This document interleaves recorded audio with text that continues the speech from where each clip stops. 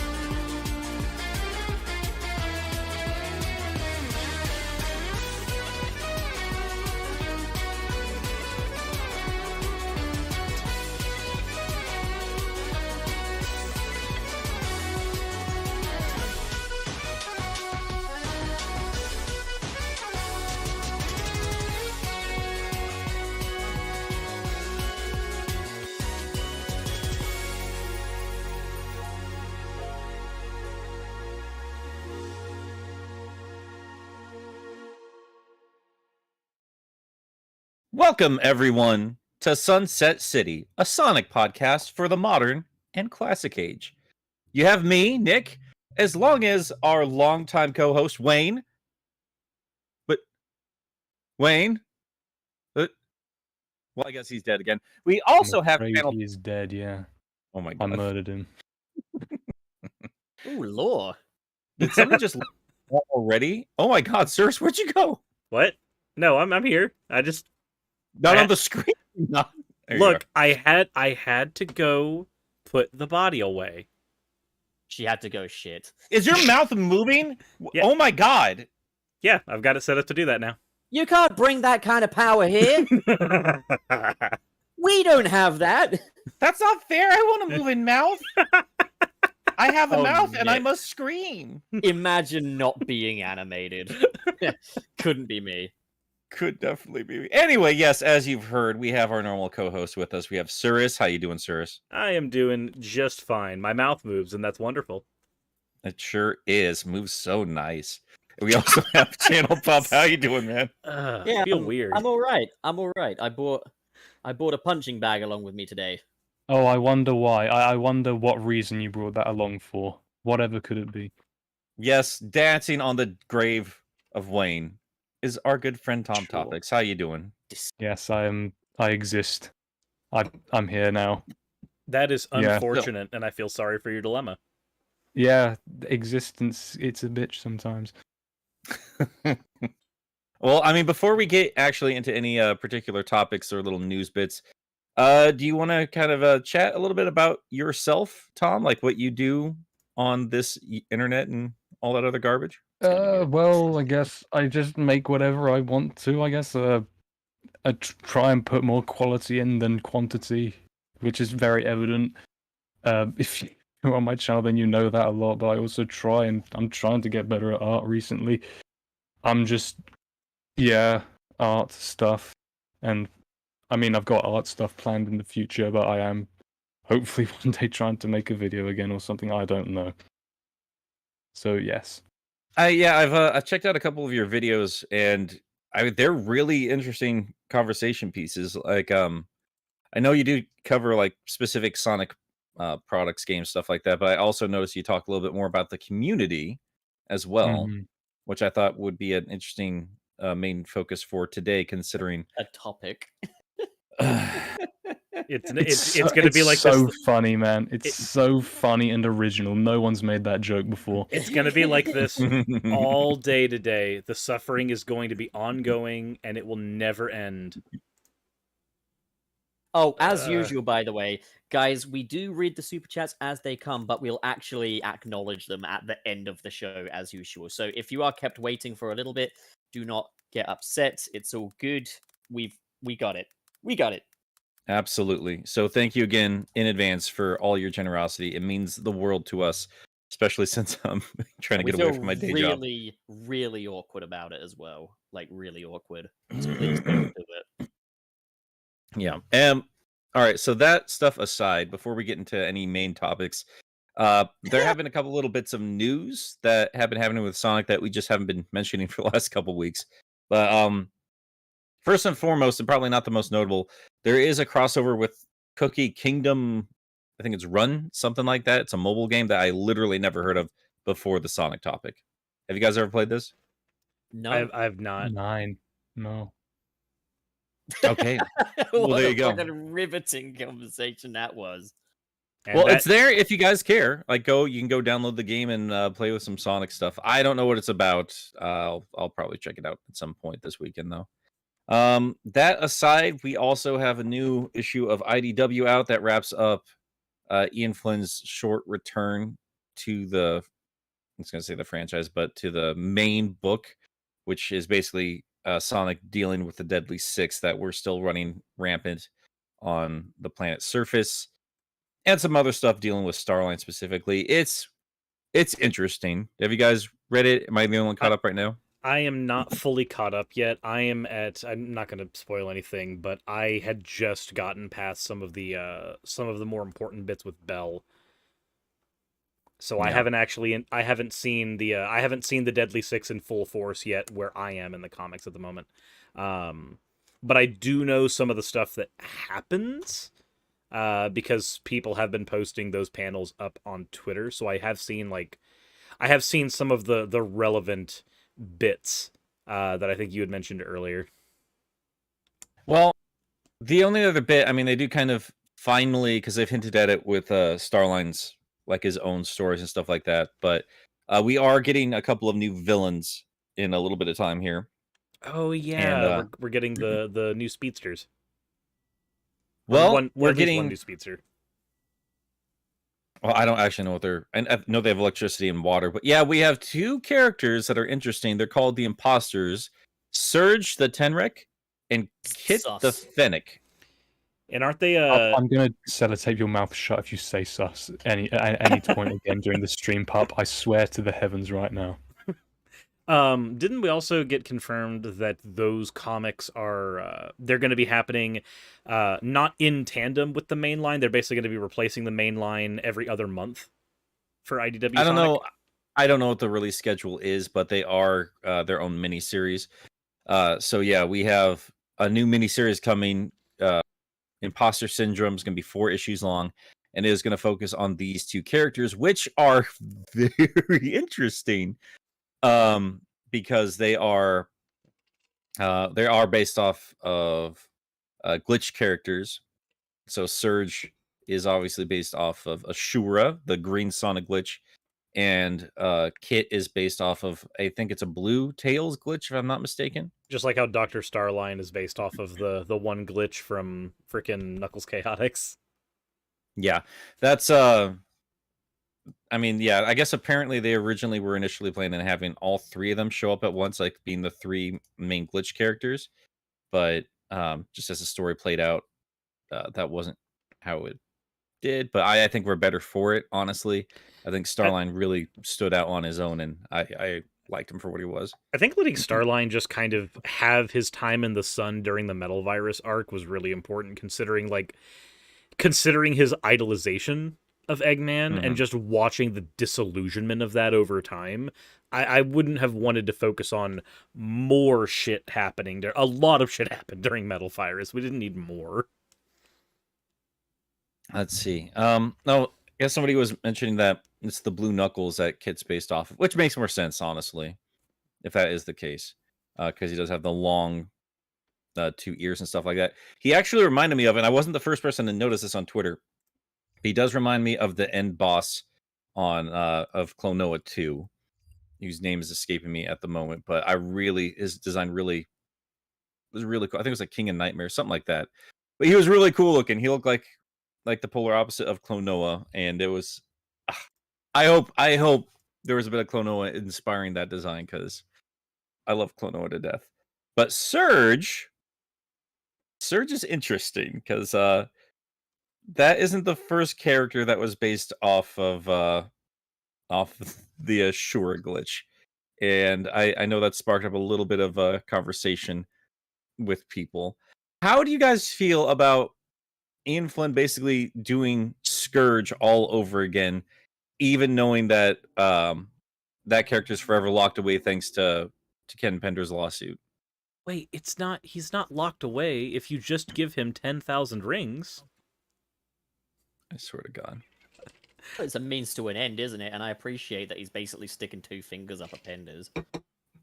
I do. I gotta say, like, it is a little like, you could tell, like, the little drama between Penders is finally like getting under other people's skin. Like, no, fuck you, buddy. Because I mean, Penders does not shut the fuck up about Scourge. Yeah, Scourge. Now I'm getting all mixed up. He does not shut the fuck up about Scourge. Like, he's just so proud that he owns him, and like feels like, he's the reason why he's popular at all. When the only reason he is when Ian Flynn jumped in and added so much to that character. Let's be honest, Nick. Let's be honest.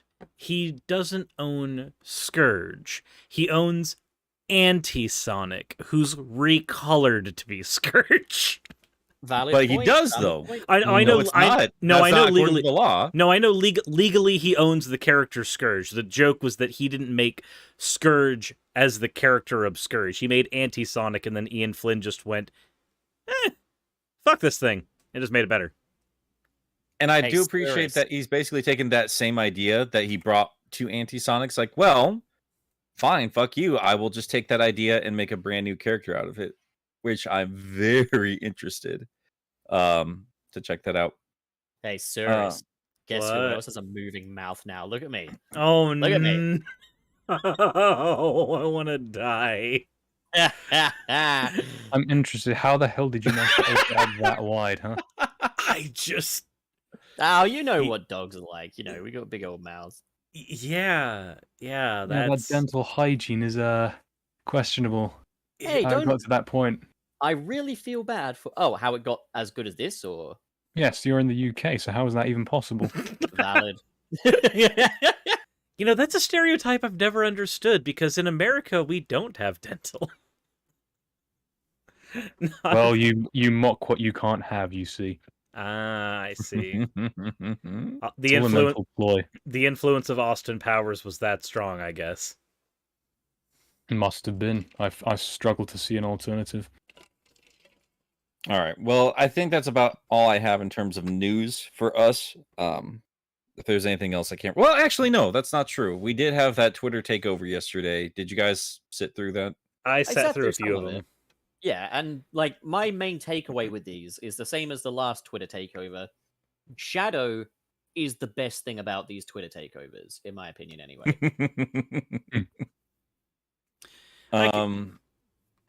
I can agree with that. Well, actually, no, hold on. So I think that Shadow would be the best thing for the Twitter takeover for me if the things that they got the characters to say in the Twitter takeover would actually be treated as canon. Because there are some things, especially that Shadow said during the takeover, that I really want to be acknowledged by the mainline game canons a little more. Yeah, like the last one that they did for Forces, where he was saying how he supports local businesses and stuff like that. I love that stuff. Oh And then my god. in this one, how he was saying like he's not one for singing, but if there's a crowd of people singing, he will join in. Like, I like seeing Shadow's more sensitive side, and think like after Sonic Adventure 2, the most organic way to take his character is show a little more of his sensitive side that they're showing in the takeovers, but they never show that in the games. We just get like, friendless, edgy Shadow. I Well- do think it's interesting how serious we all take every little bit of anything they give us here, because that's very clearly like a fun little thing for fans and It's like, like me, kids like in they general. have Sonic carrying a pride flag, and I'm like, aha, he's gay. This is canon. Oh my god. And then we Everything get is yeah. canon in one way or another. It just shows it really just shows just how desperate some fans are just for acknowledgement of there being a little bit more to these characters than the base two-dimensional Mario-ish nature that they tend to be. And I think there is a difference between a localized script in a video game versus Twitter versus IDW. There is a little bit of difference between all of them, but this does also bring up something else. This does confirm after that Twitter takeover, this is the first time we've heard Shadow being voiced at all since these big apparent shakeups we were expecting to happen. Just like literally at the start of our show, like episodes 1 and 2 and stuff like that, where we were expecting just quite a massive change in things because Sonic was going to get a new voice and everyone else was dropping off and everything else was going crazy. But it looks like everyone's back. Yeah, they got Like- Kirk Thornton, Colleen O'Shaughnessy, and everything. Yep. I'm honestly surprised though, given that it was a Colors Ultimate themed takeover, that they didn't get Kate Higgins for Tails. But then again, from what I've heard, she's a very busy worker. So like allegedly, something I heard was that when they did like Sonic Forces and stuff, and Sonic Boom as well, they reached out to Kate Higgins, but she was all booked up. So Colin O'Shaughnessy was more kind of like the understudy, but she kind of took the role herself in a way. Like, I think I like Colleen's take on it a little bit better, if I'm honest. I do have to agree. That's nothing against Kate Higgins though. Like I think, Kate Higgins is great as well because she was kind of the first Tails since the original Bringus kids to make Tails sound like a boy again. I'm gonna be guess. honest. Yeah. They all like after the tales we had in Heroes, most of the voice actors kind of blend together for me now. I don't See, know why. No, I find- I'm with you. I would not have known there was a difference until you said something. But like hearing the nuance between the two of them after playing Colors as excessively as I have been these last few weeks, I am noticing a difference now. Yeah. See, I find the thing with me is like I find it's the 4 kids' tales. The 4 kids' tales, nothing against the voice actress or anything, but 4 kids' tales sounds like a girl. Like just sounds like, and I know it was meant to be like little kid and voiced by a female for a reason and stuff, but I was like, that's a fucking girl. That's not a boy. Whereas when we jumped into Colors, like initially I was like, hey, Roger Craig Smith's not bad, but then as soon as I heard Tails talk, I was like, Tails sounds like a boy again, yes! And I was thrilled with that, and ever since then, I don't think I've had an experience of thinking, God, no, Tails is a fucking female in this version. I'm gonna say this. I mean, I can only go by English voices. I don't pay attention to the Japanese ones too often. I kind of think the original Adventures of Sonic the Hedgehog and Sonic Sat AM Tales was like kind of the perfect Tails voice as far as Yeah. I'm concerned. I loved Adventures of Sonic the Hedgehog Tails. Fun fact, though, did you know that Tails changed his voice actor, I think, in the 2nd season of Sat AM? I haven't revisited that yet. I watched most of season 1 with my patrons. I think I'm gonna check out season 2 with them. But yeah, just no, as a walk along. Adventures Tails is like my favorite Tails voice. That's an actual kid, though, isn't it? Yeah, it is an actual Yeah. kid, and it's a boy as well. But like, I don't know, just everything about Adventures Tales, I just think is like a great little origin for Tails, like where he starts out before he becomes a full-on genius and everything. And I don't know, he's just so lovable in that show. Like, You're Yeah. before the cleansing happened. It's like I can kind of agree, but not so much with Adventure Tales as much as with Sad AM Tales, because like I remember like one of my favorite episodes growing up of that series was just watching Sad AM Tales like get read a bedtime story by Sally, and then like getting tricked when there was a Sally robot at one point reading him bedtime stories. it is. He's the one weird that how figured much it out. evolved. He's the one that, Like, that sussed that one out. well, that's another thing. Is like one thing I noticed when rewatching Adventures of Sonic the Hedgehog is that Tails, while he's not a genius or anything, he does often get Sonic out of the situations that he gets into. Like, he regularly helps out, and he's a really brave kid. And I'm just like, fuck me, the Pontac and graph writing for Tails really regressed this guy beyond the 90s even. Like, Beyond wow. actual child Tales. Beyond anything we've had before, it is the most regressed Tails ever. Yeah, that is a thing. I mean, I think that problem started with Unleashed, honestly. I think Revisiting that. I think one of my issues with a lot of that writing, though, it doesn't come down to the characters being regressed. I'm okay with them being regressed so long as it's meant as a starting point. So, like, if you were to regress those characters, like, boil them down for Unleashed and Colors, and then just expand on them in other stories, like, boil them back down to their base so you can build them back up into something, that would be fine. But it's been, 10, 12 years now. They haven't been building them back up into anything. They've just kept them as those core ideas, like outside of stuff like IDW that expands on them a little bit. They've kept them down to that very essential core, and I don't think that's a good thing. I think old school mascot characters, they're not best when they're playing it safe. They're best when you're taking those ideas and jumping into different directions with them. Unless, Yeah, of but they're course, like- doing that because they haven't figured out what the fuck they want to do. Like unless like Tails being a cowering little shit is what Silver meant when he said Tails has lost it. I think when he said that, we were all expecting Tails to become the Joker, but like, Sonic, I'm literally going to become the Joker. like, I'll be honest, like at first I was almost like, are they hinting at Infinite potentially? And well, obviously not the case. They didn't do any, Jason Todd crazy shit there. No, and I think that's really what they meant, was like Tails just kind of lost his way without Sonic and lost his confidence, and that's why I didn't take so much offense when I first played the game. Like, I didn't even really like mention it in that original video because I wasn't really part of the community back then. Because I just didn't, I don't know, I didn't give a shit.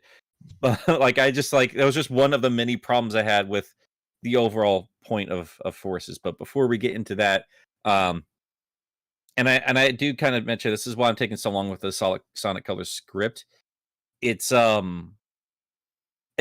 don't know, man. Like, with the release of Colors again, with this Twitter takeover, and keeping the same voice cast, like all these expectations, a lot of the core fan base, or the obsessive ones on Twitter, all these changes we were expecting, it doesn't look like much of anything's actually going to be changing, and I wonder if that's going to be the case with Rangers. Like, are we really going to be seeing that much change with this next Sonic game?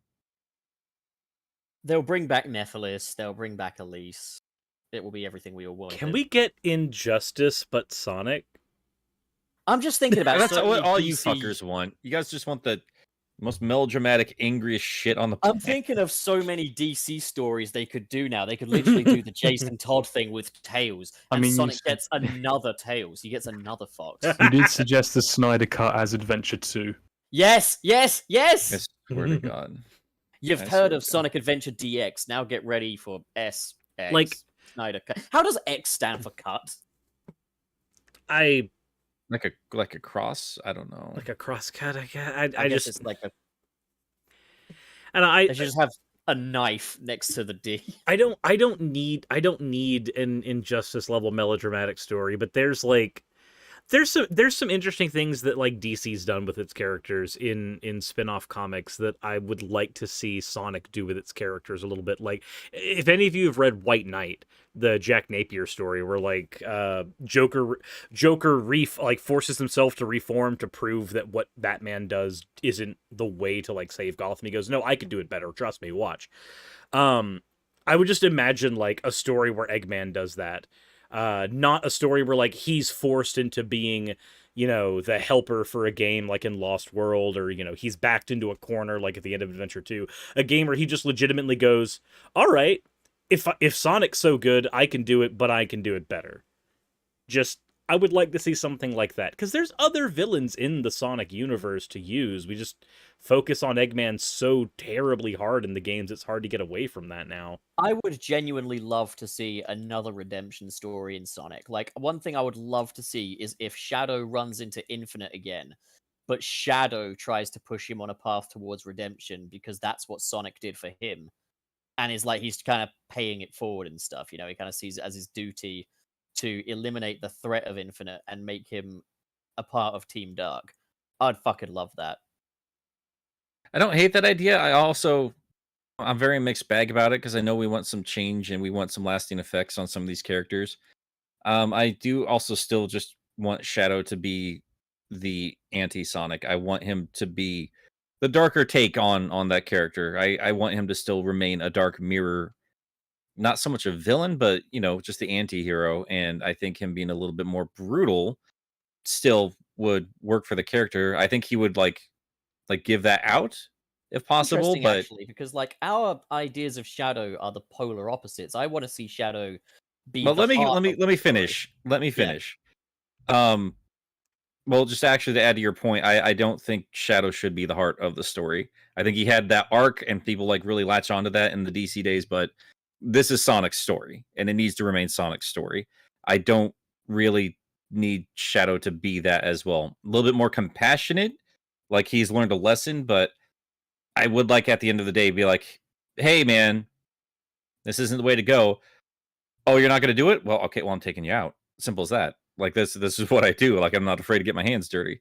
Like, I would like Shadow to actually challenge Sonic, you know, every down there's like, look, I was wrong and I appreciate you, you know, setting me on the right path, but doesn't mean you're 100% right with everything. Because there's a reason why Shadow was still that violent and that, you know, that brutal to begin with in his initial release. And I do think like modern takes on him have kind of forgotten like how subtle he can be about it. You know, like he's a very plotting, conniving, intelligent strategist, as we found out with Adventure 2. Like he thinks his stuff through, even if he's being as brutal as possible. But I don't know, man. Like I still want that character and part of that to remain. I don't think he needs to be like a full-on good guy. That design alone just tells me this isn't a full-on good guy. I don't want him to be a full-on good guy. I want him to challenge Sonic. If I may rationalize this, though, with another DC allegory, in my eyes, Sonic is Superman, and Shadow is Ben Affleck's Batman. Batman v Superman is his Sonic Adventure 2, where he's mean, he's brutal and stuff. I want to see him get his Justice League story where he's operating strictly on faith. I think that when characters go from villain to hero, they lose a lot of what makes them so interesting. And I think they're neutered and boring. Stories. I love redemption stories, man. The stories are good, but everything afterwards still has to exist. And Vegeta is like prime number one. Like, what a waste of a character. Oh my god. I think that's more. I like him being a family man. Now I think about it, I really like the growth of Vegeta as a character. I think in that case, I just hate how often he just looks like a punk bitch compared to Goku. I think the biggest problem where Vegeta's concerned isn't necessarily how he's written. The biggest problem where Vegeta is that his goal is he's a power stick. He's the ruler that you use to measure a villain by. If the villain can beat Vegeta down, then you go, oh, well, I guess the stakes are automatically higher for Goku now. And that's what he's been used as lately. And that's kind of like, that's the issue, not necessarily how he's been written. Now, I don't want them to do that with Shadow.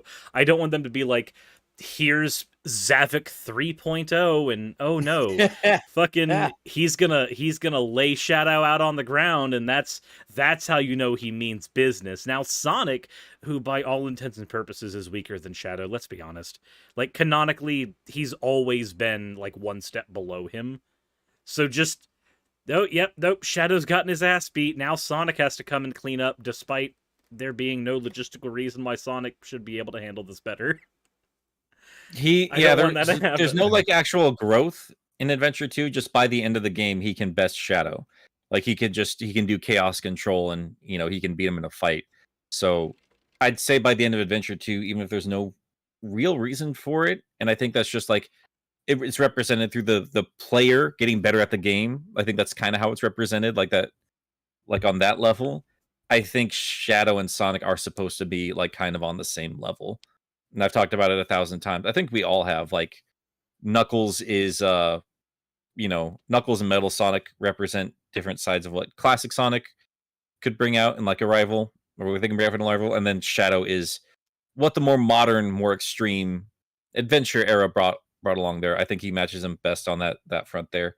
But we are going like a little little deep into Shadow here. Quick question: when it comes to Shadow's characterization, though, TomTopics, as someone who grew up during the so-called meta era, what's your idea of Shadow? I mean, honestly, in the games that I played growing up, I didn't see Shadow much. I think the most I ever saw of him in my early gameplay years was in the like Olympic crossover series. Yeah, you occasionally see him there, and that really, I mean, he was fine there, but still, it wasn't as dark and brooding as it is in the actual in-canon and non-canon games. Now, but honestly, I feel like when he's at his peak, he should be like this like anti-hero type character, but then in more like toned down scenarios, he is more empathetic. He's able to show sympathy to a degree, but still like, hold this grudge of like he has to be dark and brooding, but still he has got some empathetic side to him. But still, overall, not be an anti-hero, be out for himself, but still care for others deep down, I feel. A version of Shadow I don't feel like people talk about enough, and in my opinion is the best take on Shadow since Sonic Adventure 2, is in the Lego Dimensions game. There's a Shadow side mission where he's like, I want to avenge Maria properly by spreading hope, so I'm going to arrange flowers in the Green Hill Zone. Can you help me collect the flowers so I can arrange them? And I'm just like, yeah, that's totally something Shadow would do. I think what we're all missing, like at the end of the day, from Shadow is just that emotional range. I think that's what he brought to the table, and I think that was why Adventure 2 resonates so hard with people. Like that was their coming of age game. I'd say for people my age, like Ocarina of Time was ours, because that was just huge emphasis on becoming an adult. And I think Shadow, like that's not really the point of the story, but it is still like coming to grips with grief and trying to be a better person, stuff like that. As hokey as it was through very awkward but let me just finish my point. But Shadow specifically, I think what I just like laying it out on the table, I think he brings a little bit more of that adult mindset to the franchise, where Sonic is still like, he's still a goofy teenager through and through. But I think Shadow has that nuance where I think he understands more than anybody else, like how important it is to take care of the innocent and of hopeful, just hope and love and all this shit. But at the same time, like he recognizes the darker side of that in people. So like I guess like in our conversation about Infinite, I think he would see, like, okay, this dude is really bad. Like, and yeah, maybe you're right. Like he could see like potential for redemption. But I also think he would also see like, okay, this dude is serious business. I understand how bad his mindset can be, and I understand what he can do to innocent people. This dude needs to be taken out. And I think that's like the bigger conversation I've had about IDW is like, I like the idea that Shadow in there is like, Eggman's super dangerous, dude. Like, we got to take him out. And saying anything otherwise is being childish, because time and again, this dude has murdered people and like nearly destroyed the planet, like he's got to go. There's no two ways around that. This dude's got to go. And I mean, I think that's a bit much for goofy cartoon characters in a thing, but I want to see more of that. Not so much flat out saying like he needs to kill people, but like just challenges Sonic on that front. Just a little more poignant dose of reality, I guess. Yes, exactly. Something I would say though is Eggman actually killing people doesn't sit right with me. Like the thing with kind of Eggman is I see him as kind of a frenemy to Sonic, but not his most brutal, horrible enemy and stuff. And like I think like there's a great frenemy dynamic between Sonic and Eggman in so many of these games. And it's like now that they've done the Forces thing and in IDW comics confirmed that Eggman did kill people during that event. Right. It kind of eliminates any opportunity to have future Eggman teams up with Sonic stories. It eliminates the opportunity to have that frenemies relationship because it means that if they do that now, you're just going to look at Sonic and be like, you've got no principles. Well, I mean, that's the problem with going that extreme with adventure and everything, right? Because like if you get stories that are like that serious and that I wouldn't say grounded, but like the stakes are that high and like there are actual consequences, like chaos destroying an entire city, the Ark nearly blowing up the planet, or like in the IDW canon where they flat out kind of confirm like off camera kind of a thing, like the things Eggman has done has led to casualties. Whether if it's direct or not, like there have been casualties, and we've seen with Silver's Future that the Zombot virus, unless Sonic stops it, literally causes an extinction level event. Yeah, I do love the spectacle of these high stakes stories, but I feel like Eggman should have like a no killing principle. I think they should do that and have like an assistant of his that always takes it too far, or that these deaths are by mistake. Like. The way I like to look at any adventure games is just that Eggman just didn't think it would kill anyone, or that the space colony. I don't disagree with that. Yeah, I do think he's just so focused on what he's doing that he doesn't actually realize what he's doing. He's just more focused on getting, like the dog Agent of Chaos, like just a dog chasing a car, but doesn't actually know what to do with it if he actually catches it. Like if they die, they die. But like, let's not forget, this guy originated in the modern run as a guy that wanted to open up a theme park. Yeah, I mean that's not. So I guess for me, I'm not. I don't want it to be that Eggman has a no killing principle. I think it's more that he just doesn't consider the deaths worth considering. Like that's the way it's always read to me. It's like if people die, they die, and I don't care. Like if Sonic were to, like, let's imagine Sonic goes up to Eggman and goes, do you know the amount of people who are gone because of you? And Eggman just goes, who? Like that's the way I see Eggman going about it. But then you can't have the frenemy thing there. I still think that's too far. Like, they've done that in other comics though, where like there are villains who are responsible for an untold amount of deaths, and yet they still can manage it. Like look at Vegeta. What's Vegeta's body count? Like what is his body count? He has extincted, or not extincted. That's not a verb, but he has caused entire races to go extinct by destroying their planets full sail. And yet here's the thing about Dragon Ball Z specifically though, and we've talked about this before. In that universe, they clearly define what death is, and it's really not that big of a deal at the end of the day, because there is a confirmed afterlife, and it's kind of goofy, like hell isn't even that bad. So like they, in their own canon, like they do kind of lessen the blow of death. That, and you can also wish people back to life. So I'm sure like there's enough magical MacGuffins in Sonic, but they don't really go further than like Maria for the sake of like establishing Shadow and his own grief and stuff like that. They don't really go too crazy with death otherwise. Canonize that everybody gets a continue screen after they get killed. But I guess so for me, I don't have that same kind of like almost dissonance where Eggman's concerned if he is responsible for multiple deaths, because the way I see it is that there is Sonic, who is arrogant to the point of not considering the full implications of Eggman's actions, as we've seen in IDW. Like, the potential for Eggman to cause more loss of life is not something that comes to Sonic, because he's got this moral code that he just wants to keep. Like, he literally thinks that he can see the best in Eggman, he can change him. He's quite literally the abused partner here, going, no, I can fix him, almost. Whereas, yeah, no, I find that kind of problematic. And that's kind of IDW's excuse for, because they show Tinker, and like that, I think that's the point of Tinker there. Like, this is why Sonic is the way he is, and I think Ian Flynn, and I think I don't know, I think a lot of us are partially to blame for this particular topic of discussion, especially since I bring it up so often in speed reading.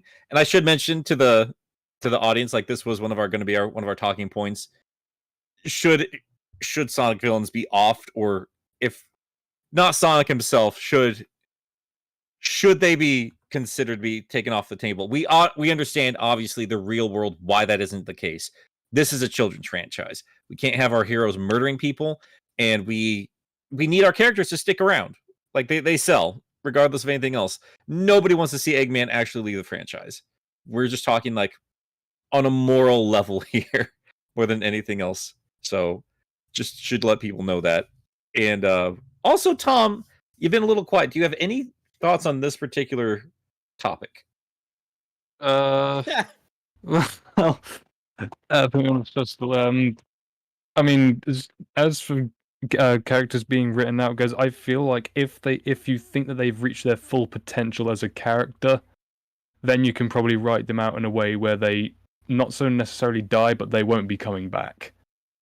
Well, not narratively. We understand, like, there's plenty of stories to tell with them. I think we're talking more on a morality kind of a thing here. Like, should Sonic or Shadow or somebody, like, are they justified in, well, Shadow specifically, I guess, is somebody justified in, like, flat out, like, killing Eggman? Like, is that the more just thing to do at this point? I feel like if one of the characters was like really pushed way too far over the edge, then maybe morality would go out of the equation for them as a character. Because I kind of feel like, in terms of IDW, and I should probably spoil the latest episode or latest issue a little bit here. Let me just let's get off of Eggman for a second. Let's talk about Zavik. Because in IDW, Zavik is brutal. He's a cruel, brutal character. Yeah, he came off a lot better to me than he did in Lost World tenfold. He felt much better than what his awful 100%. representation in Lost World. 110%. And he's a legitimate threat every time he shows up in that comic book. When he showed up in the Metal Virus, they took over the face ship that was distributing it, and then they continued to pour it all over the world and had direct command over the Zombots. And we also saw, in the sake of Sonic here, especially like a tamer Sonic than what we had back in the early 2000s, he's all the Zeddy are quite cruel, like zero remorse for life kind of a thing. And then they came back in the recent arc where they've been trapped on the world below. They're no longer on Lost Hex. And Sonic says himself, like, you have this whole world to explore. And what you did instead was come to the home base of the Resistance and just attacked it. And it's implied, like, you can see it in pictures and stuff like that, where like Zavik is killing people. Like, he's just flat out killing people. And it's also implied, like, yeah, he beats his team. Like, he'll smack them and he'll instill violence to instill fear and keep them in line, to let them know he is, he's the Alpha Zeddy, as you will. And then, like, at the end of all of it, the end of this 4-issue arc, Sonic beat them up, and they have Tails tech on them that, holds their robot controlling powers in check and puts them into a Tails rocket and sends them back to their planet. And they flat out say it in a page, like, Zavik asks Sonic, like, what's to become of us? And Sonic just tells him, we're sending you home. Like, that's it. Like, you're going to be away from us, and that's it. And Zavik, like, flat out says, like, you're going to regret this.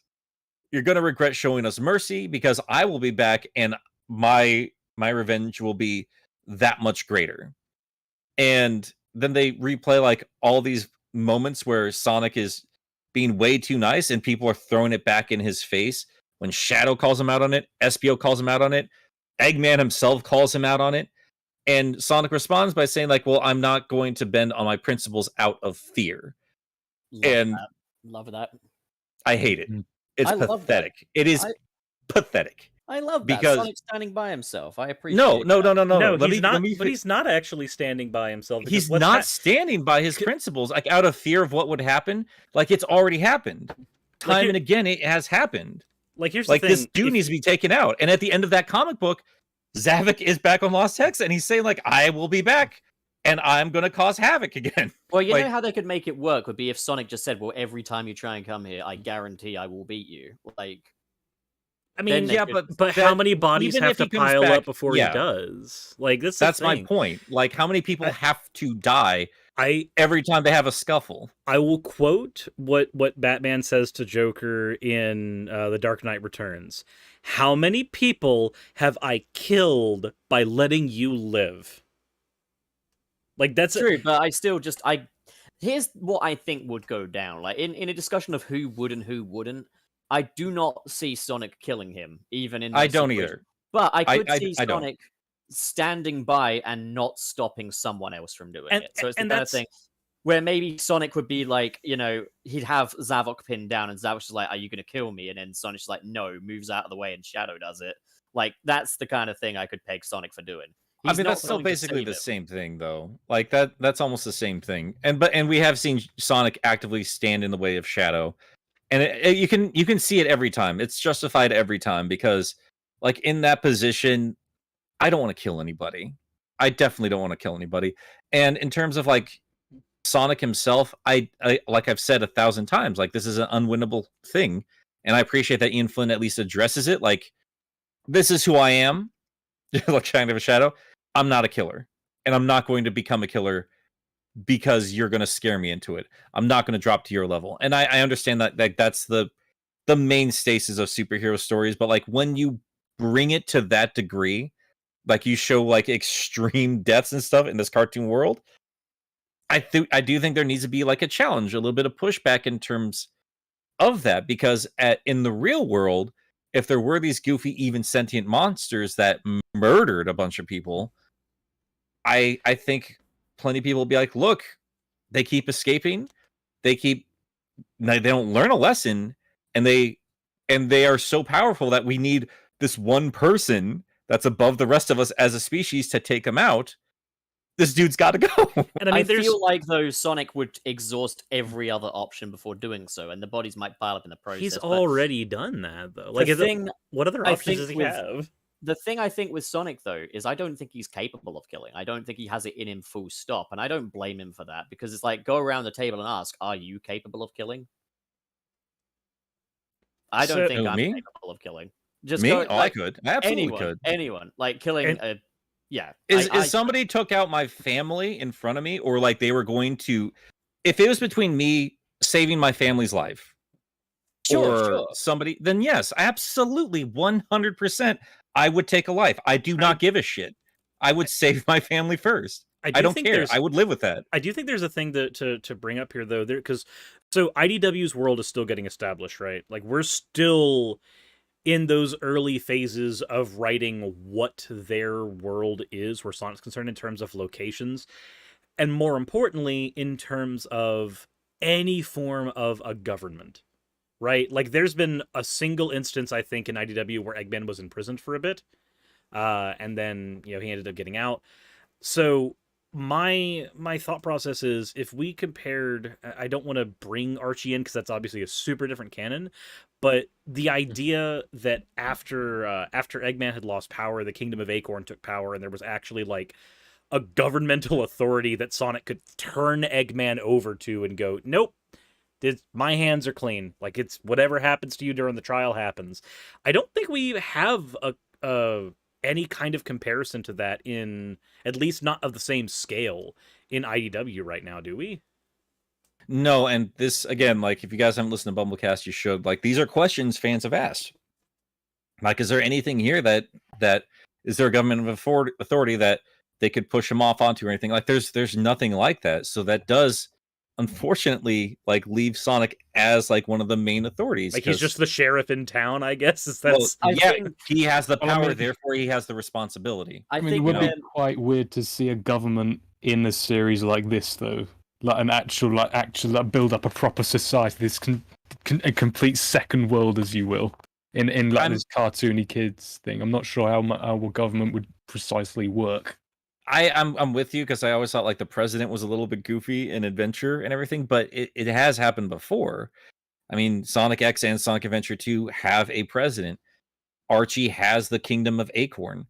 And I do think that's the world building that Sonic is desperately missing, and Sega just won't allow for it. And I think that does kind of kneecap the kind of stories like comic book, especially Ian, like these stories they want to tell in this universe, because it has been around for 30 years and we are as passionate as we are that we do want to see a little bit of world building, and we want to see some kind of establishment, maybe not government or anything, but like we want some set of rules put into place here, because as it is, like Sega's just being like everything's loosey goosey and things just happen for the sake of placing a setting and some mechanics in for a video game, which I respect. And I understand that they're trying very hard to make it like Mario, where it's like it's just something you don't think a whole lot about. But when you have a comic book that needs to be a continuing story, and there needs to be growth, and there needs to be more dynamic conversations between characters, I think it becomes a problem. And I think that is agree. that is like the one problem that our IDW has compared to Archie, because so far I think IDW is a little bit more focused on making it about Sonic and more Sonic-fied, and I like it on that level. But like when we run into conversations like this, I have an answer for you in the Archie universe. I don't have an answer for you in the IDW universe. I would say that, like, my opinion on the whole, should Sonic kill, is it the responsible thing to do argument kind of bottoms out that and I mean this in a completely meta way, I do not want him to be in that position. I don't want them to write stories where Sonic has to kill in order to be the responsible person. If they're going to do that kind of story, do it with Shadow, but just don't do it with Sonic. I just don't deem it appropriate for that character. One idea I have is, what if they had a scenario where the easy option would be for him to kill, but there was an alternative where if he saved them, then everyone could still get out okay. Like That's if fine. they reverse the roles, that could be a more interesting take on a character. Like he's presented with an easy way out, just let the person die or risk it all to actually save an extra person. That's absolutely fine. But the way I see it, like, Sonic is not a soldier. He's kind of just a traveler, like he helps out, like, as far as I'm concerned. Yeah, and I'm not against any of that. I guess what I'm talking about is like in terms of these stories that are being told, and I guess it's more specifically IDW more than anything else. Like if you are taking it to that extreme, then I guess I need a better answer than what's being provided by, because it's just very Batman and Joker all over again. And again, I understand real world here. Like you cannot have this mascot character murder people. You can't have him do it, and I don't want him to do it. But like the same with Batman, though, like again, these are just fanciful, fictional, fun characters.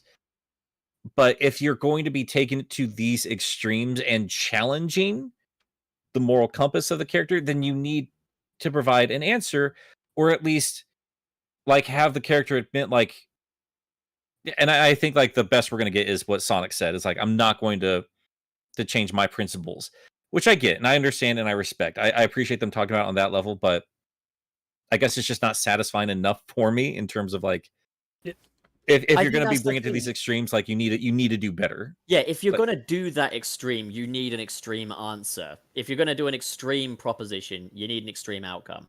And no one wants to see that. Like, the thing is, like, you either end up with an unsatisfying thing of Sonic not bending on his principles, and you question his responsibility, or you end up with Sonic killing, which just doesn't work in my eyes. I think the thing with a lot of IDW Sonic and a lot of other Sonic material these days is they always have Sonic as the leader. They always have him as the spearhead against the enemy and stuff. And I don't think that should be Sonic. I Sonic agree. is a rebellious teenager who goes and shits on Dr. Robotnik. And if he sees danger, he'll act on it, and he'll act upon his own feelings regardless of anyone's judgment. And his feelings happen to be that goody two-shoesy Boy Scout kind of feeling, slathered in that kind of arrogant sense of humor that Sonic has. That's the way I see it. There is the issue where Sonic is just and Nick, you've mentioned it on several videos, and Pup, I'm glad you're bringing it up. Literally, the issue is that they want Sonic to be so many things when he doesn't need to be.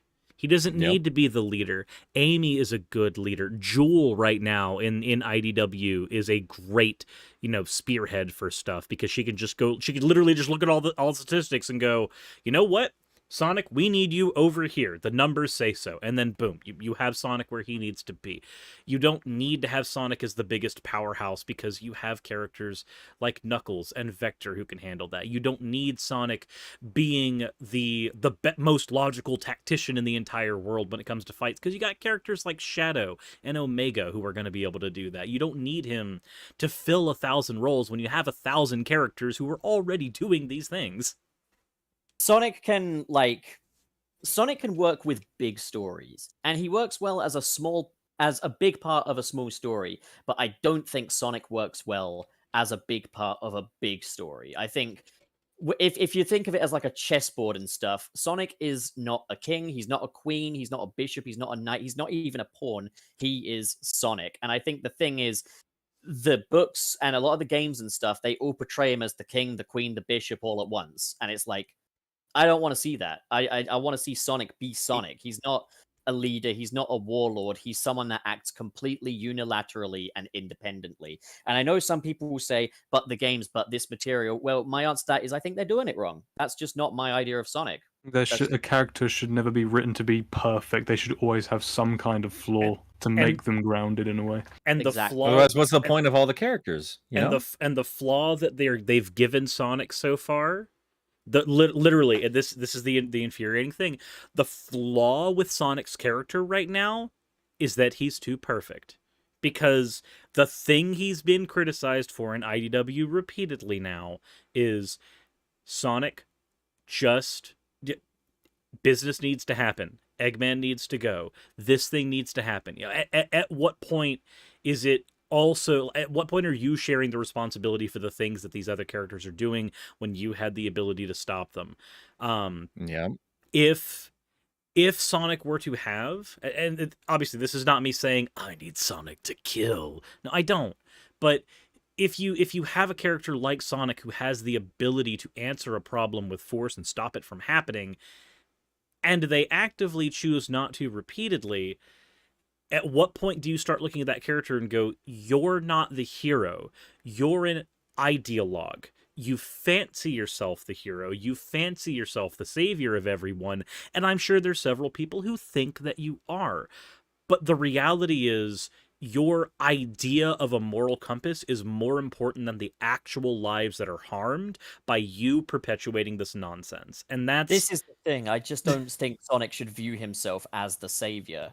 Like, he shouldn't view himself as that being his responsibility. When it gets all too much, he'll just say it's down to someone else at this point, because but he doesn't even let that happen. Right. When it's down to someone else, he literally stops them and goes, no, we're above that. We can't do that. Let me change your mind. They're actively trying to do that. That's the thing. I feel like Sonic, he'd do the Superman thing, where he stands by and lets Wonder Woman and Aquaman kill, Steppenwolf, as opposed to, stepping in and be like, hey, no, yeah. Not in the comics, he doesn't, though. In comics, he'd stop him. No, he wouldn't. Not with Steppenwolf. He would. He's done it. He's done it in several comics. Not even the Superman Goes Dark comic. Superman has blood on his hand. Superman will stop Batman from killing the Joker, but when it comes to someone like Steppenwolf and stuff, he doesn't really give a shit. I don't know, man. In the comics, I guess it goes down to the writer. I mean, we really are just talking about the superhero dilemma here, aren't we?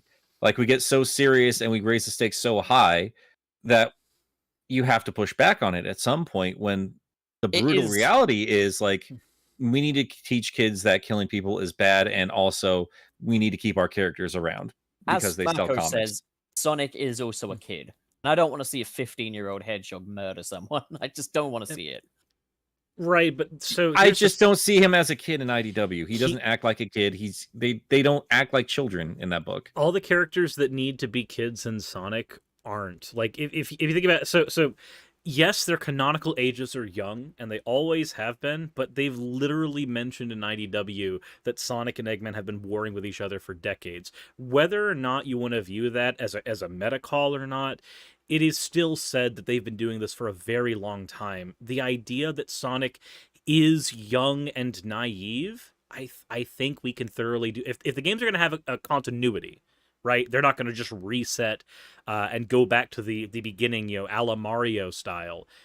Then need to accept that Sonic is not that naive child. He's just not. And there are instances within Sonic. Again, IDW has confirmed that this is a long-running continuity. The Space Colony arc happened. The Seven Rings incident happened. Like, the storybook stuff happened. Sonic has gone into multiple scenarios, and he has been influenced by multiple people, and the fact that now he's come to the idea that you can't kill, you can't do this, you can't do that, it doesn't feel anti-Sonic. It feels like it's in line with his character, but it feels like at the same time there needs to be some kind of, like, right now in IDW there is no Phantom Zone, but in Archie we had a quote Phantom Zone. It was where Ixis Niblis was put. It's where King Acorn was put for the longest time. And then even more, there was the whole like intergalactic prison where Scourge and Fiona and all of them ended up going to. We don't have those types of solutions in IDW yet, but if you want to have a story where you can talk about the morality of killing Eggman and you don't want to kill him, and you've already demonstrated that he can't be locked in a prison because he'll just break himself out. He's got 1,000 robots that can just literally beacon track their way to the prison, break him out, and pull him out.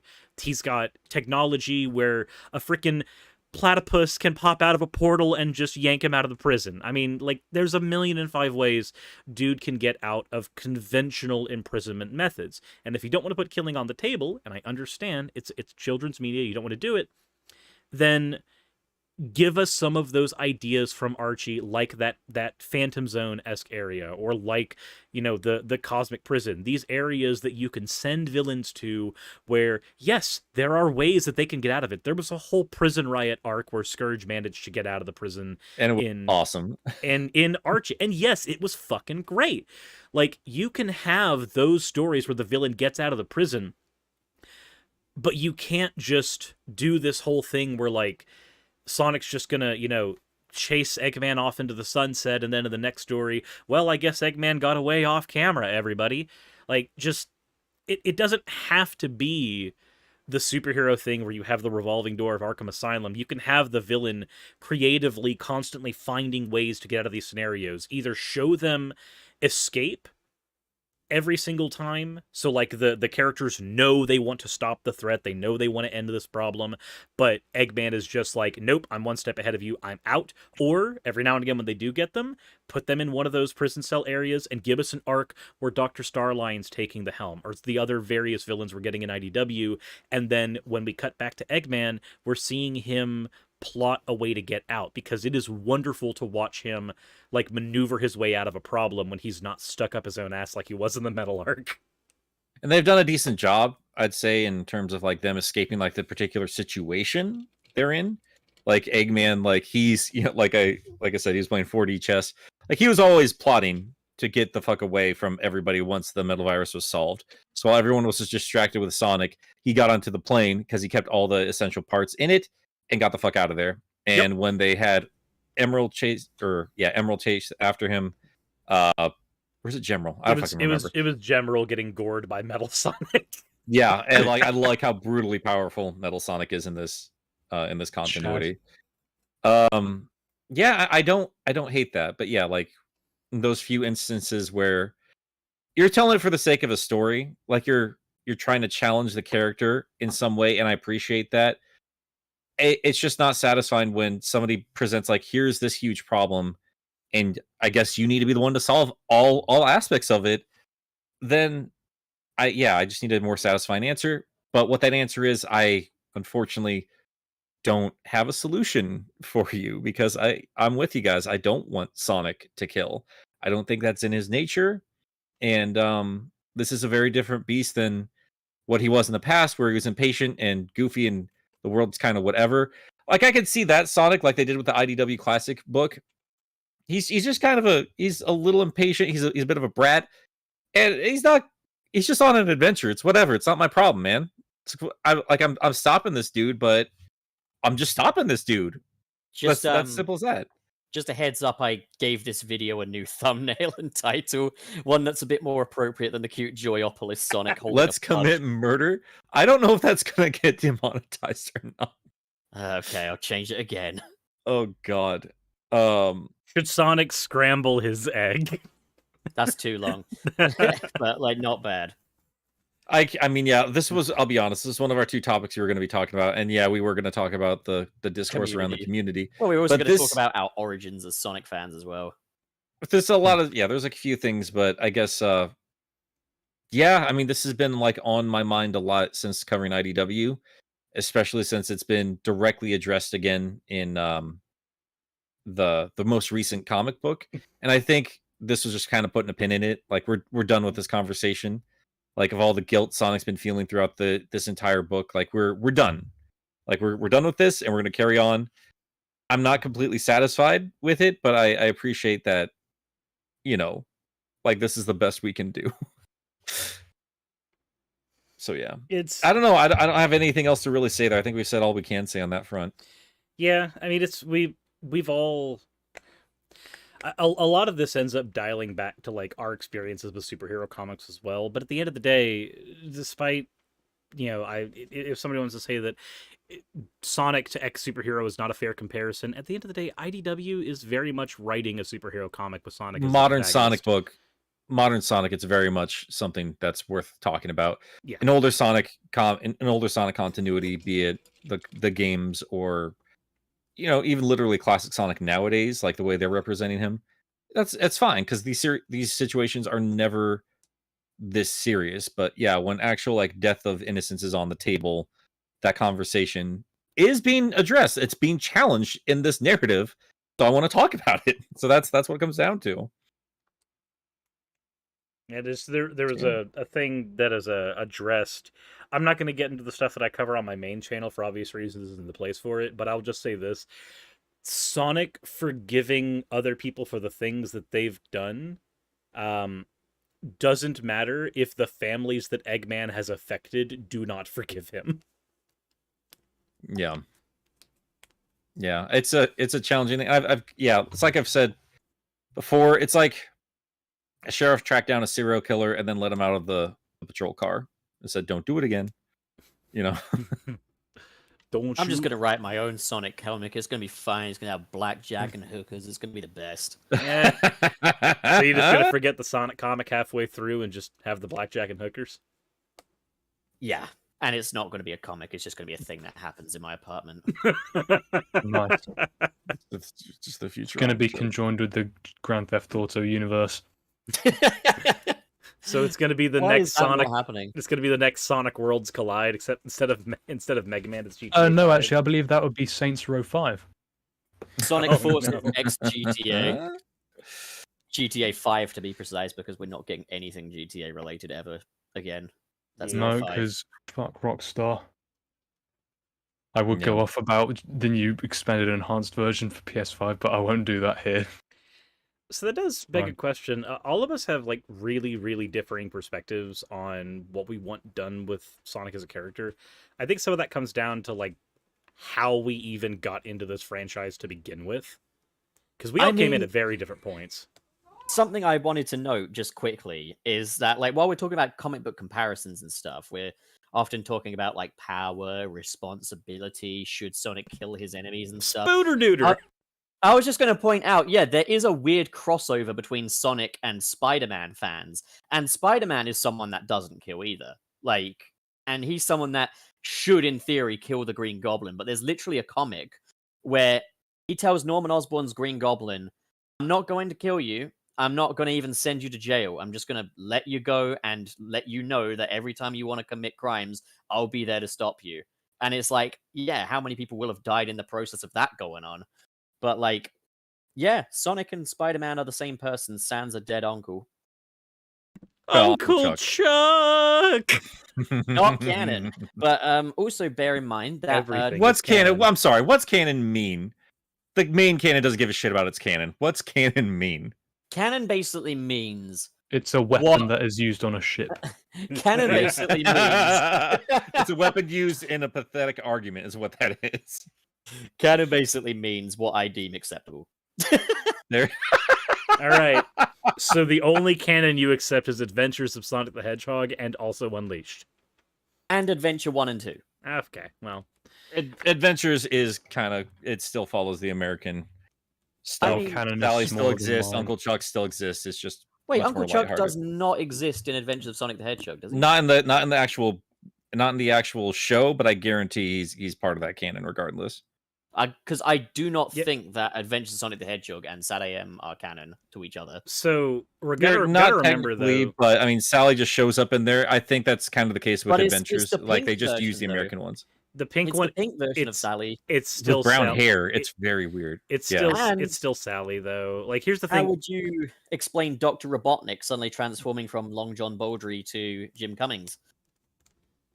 Well, what I'm saying, what color Pup, is his heart? is like everything that the American side of things brought to the table, character-wise, I would assume it's just there. No, Because I there's so many- need to be combative. Like, because like the novelizations were a little bit different from the shows, but they still had Uncle Chuck. Like that was just like the origin story of Sonic, regardless of where you got it. Like that's just how the Americans perceived it.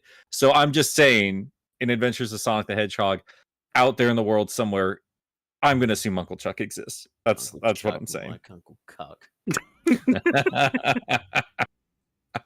You need to get But- a hold on your addiction, man. Man, I See- just want to talk about Spider-Man now. I do like Spider-Man.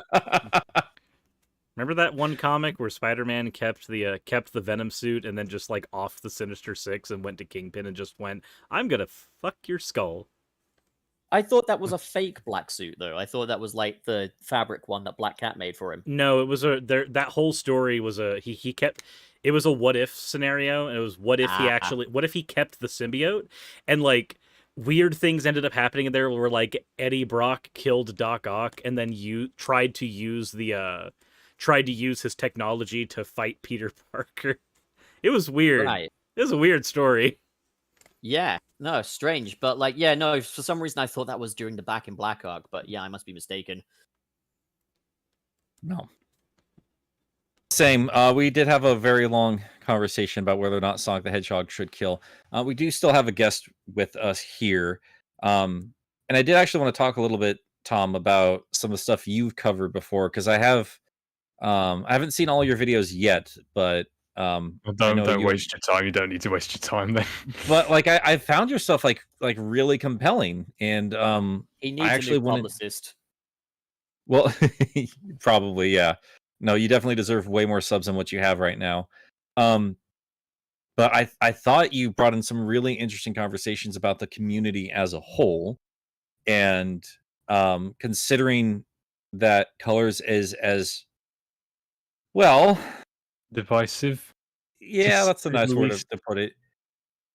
It's very divisive, and seeing people debate back and forth on it, it's just, as long as I've been a fan, it just feels like the same song and dance that I've seen countless times over the years. And I guess I just wanted kind of your take on it more than anything else. Like I have my own video for Colors coming out. Suris and Pup have already got their videos done. But yeah, as Pup was telling us before we started the show, like this was your first Sonic game. How do you Mhm. feel about Ultimate, if you've played it at all, and how do you feel about the discourse surrounding it? The way I feel, okay, I'm going to start with Colors as a whole in general, then move on to my thoughts of Ultimate. I think that Sure. Colors, I feel, if like a lot of people hate colors now, I feel, because of how the late 2010 games, our like Lost World and Forces, they all nabbed so much from colors' formula, like the Wisps. They kept the boost formula in and whatnot, and the like writing stayed the same. And that I feel that if colors was just left on its own, it was a similar situation to the Storybook games, where it was just a one-off thing, and they didn't continue the thing all across the rest of the 2010s. Nobody would be complaining about colors. They'd be saying, it's a pretty good 2D, 3D hybrid game. It's fine. But because so many people see like colors as the source of all this, they go, it's colors' fault. This is the reason why the series sucks now, which is stupid, because that's not the game's fault. It's a developer issue. Yeah. So when people say that colors is a bad game because it did all this, no, it's Sega's fault for copying what they did good with Colors and making it worse as time went on. That's not Colors' fault. And Colors itself, I feel, it's a perfectly fine game, because replaying it in Ultimate, it made me like realize once again why I actually like the game so much, because it is just plain fun.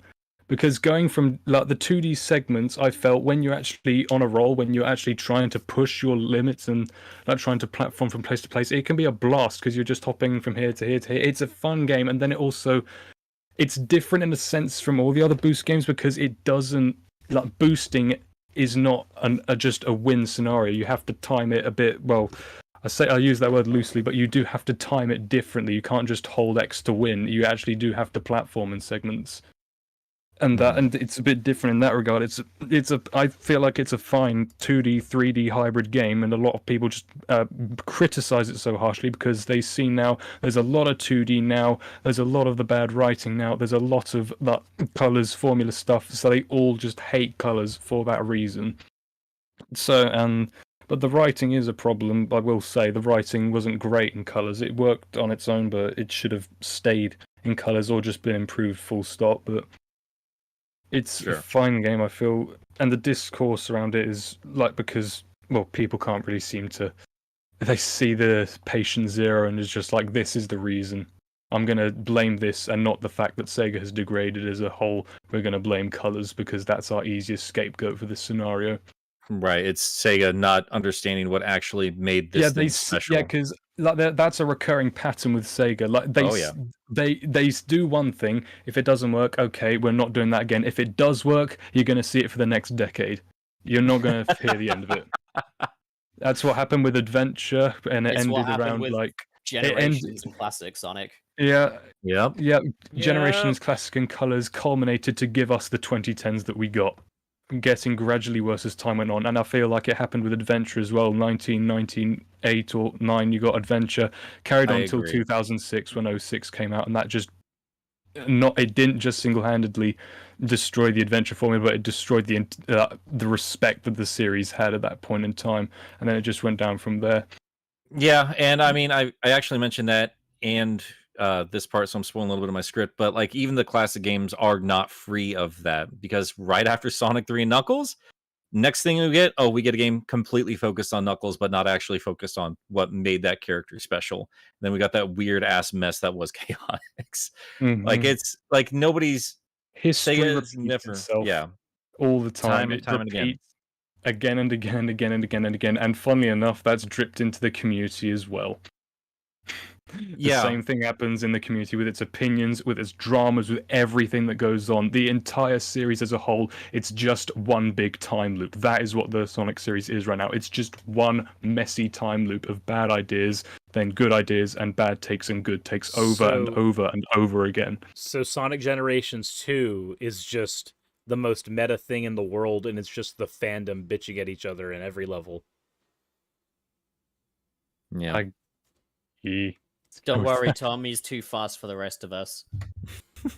Of course. But and there was also Colors Ultimate as well. What I thought about Colors Ultimate. I think that it's okay. It's the definition of a remaster. It's the way that it released. The status that it released in was awful. It was unacceptable. But at the same time, so many games now release unfinished. Deathloop came out a few days ago, and that was buggy on release. Cyberpunk, infamous for its horrible release. Skyrim still has a bunch of gameplay bugs and everything in it that is bad. It's not just Sega isn't just the main problem. It's just the gaming industry as a whole with the way that games are released now. I feel it's release it now, patch it later, and that has just been applied across the board. Yeah, And that agreed. it doesn't excuse it by any stretch, but it's literally a modern reality that we live in now. The game releases, then you just got to wait a couple weeks or months until it's fully patched out to actually get the real experience. Yep. So what you're saying is you prefer the 2D Sonic. Shut your gob. We're not doing this right here. And I think Jesus. I guess my only counter with the colors thing is that yes, many games do release in an unfinished state and need to be patched out later, but those are new games. Colors is not a new game. No. This is effectively like I know everybody wants to go, "Oh no, it's a remaster. Oh no, it's a remake." No, I'm going to say what this is. This is a port with a skin job. Yeah, I feel like and for the most part, the content added was fairly good. I mean, for the most part, it was pretty good. There are a couple songs that I didn't like, but for the most part, the music I felt was still quite faithful to the original. It still had that like distinct colors, upbeat sort of tone to each of the areas. It still worked for the most part. Rival Rush is a neat addition. It's more challenging than other Rival Rushes in the past, which is definitely good. What else did they have? They had like the new homing attack was undoubtedly the best new feature. Hell yeah. That's a I brilliant. agree. That is a I agree. genius addition. That That should actually, And I was expecting more of that from the game, like actual quality of life improvements that made sense, because that is the only thing they added that didn't bring in a whole swab of a new problems. It was well balanced with the boost mechanic.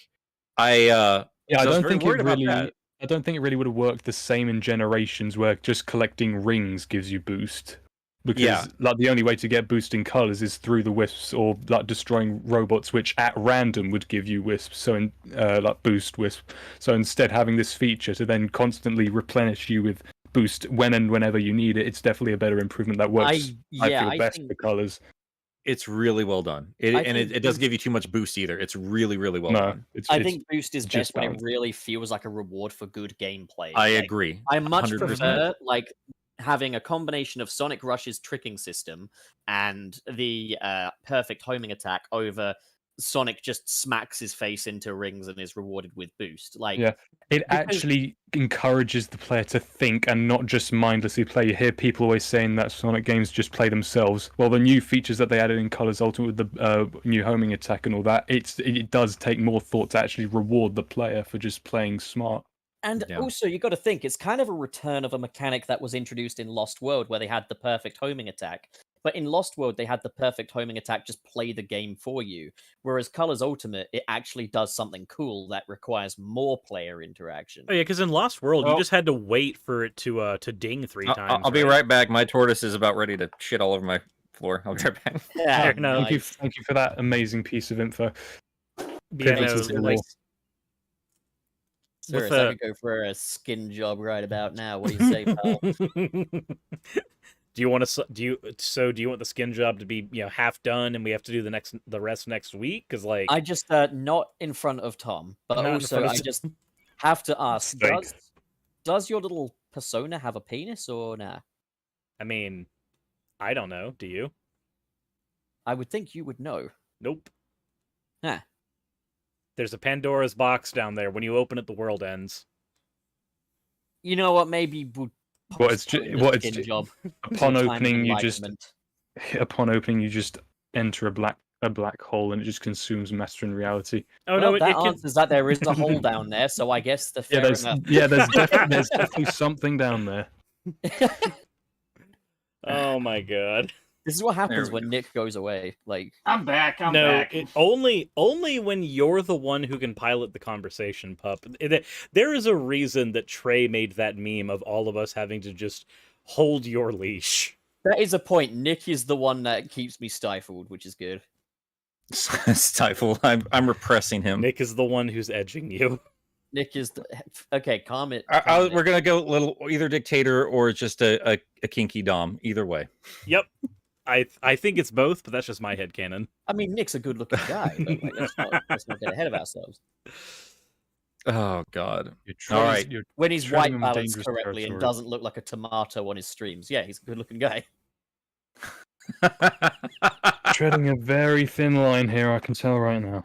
Anyway, Okay, so Tom, you have to leave because, ladies and gentlemen, group masturbation begins in 30 minutes. I swear to God. So, I mean, how much more time do we have with you? Guys right now? Because I did want to actually talk about the discourse around the game more than the game itself, because I've been working on the script for like 2 weeks now. I'm But, still able to stay, I'm pretty sure. I say I'm still good for another half hour.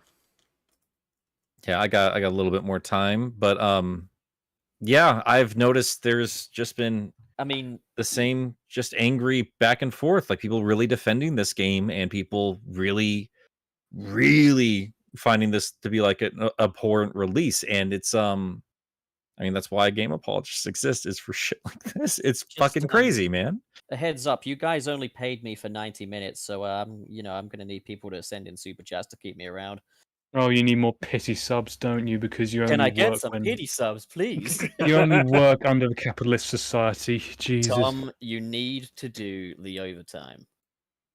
Can we keep the lore from your channel and just keep it on your channel and not bring it over to here? It's a virus.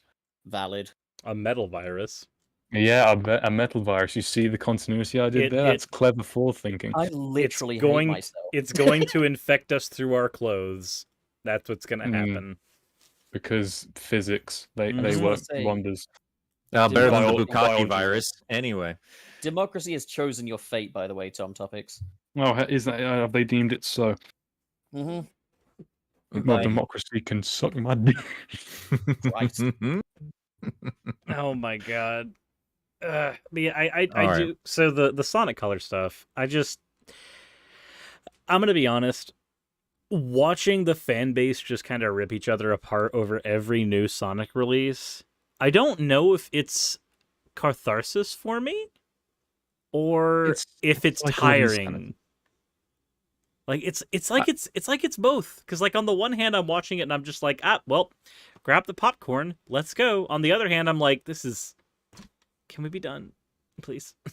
it's very draining, and it's goddamn, dude. I guess it hits differently now that, because when I started my channel, it was before I even like really interacted with Sonic fans.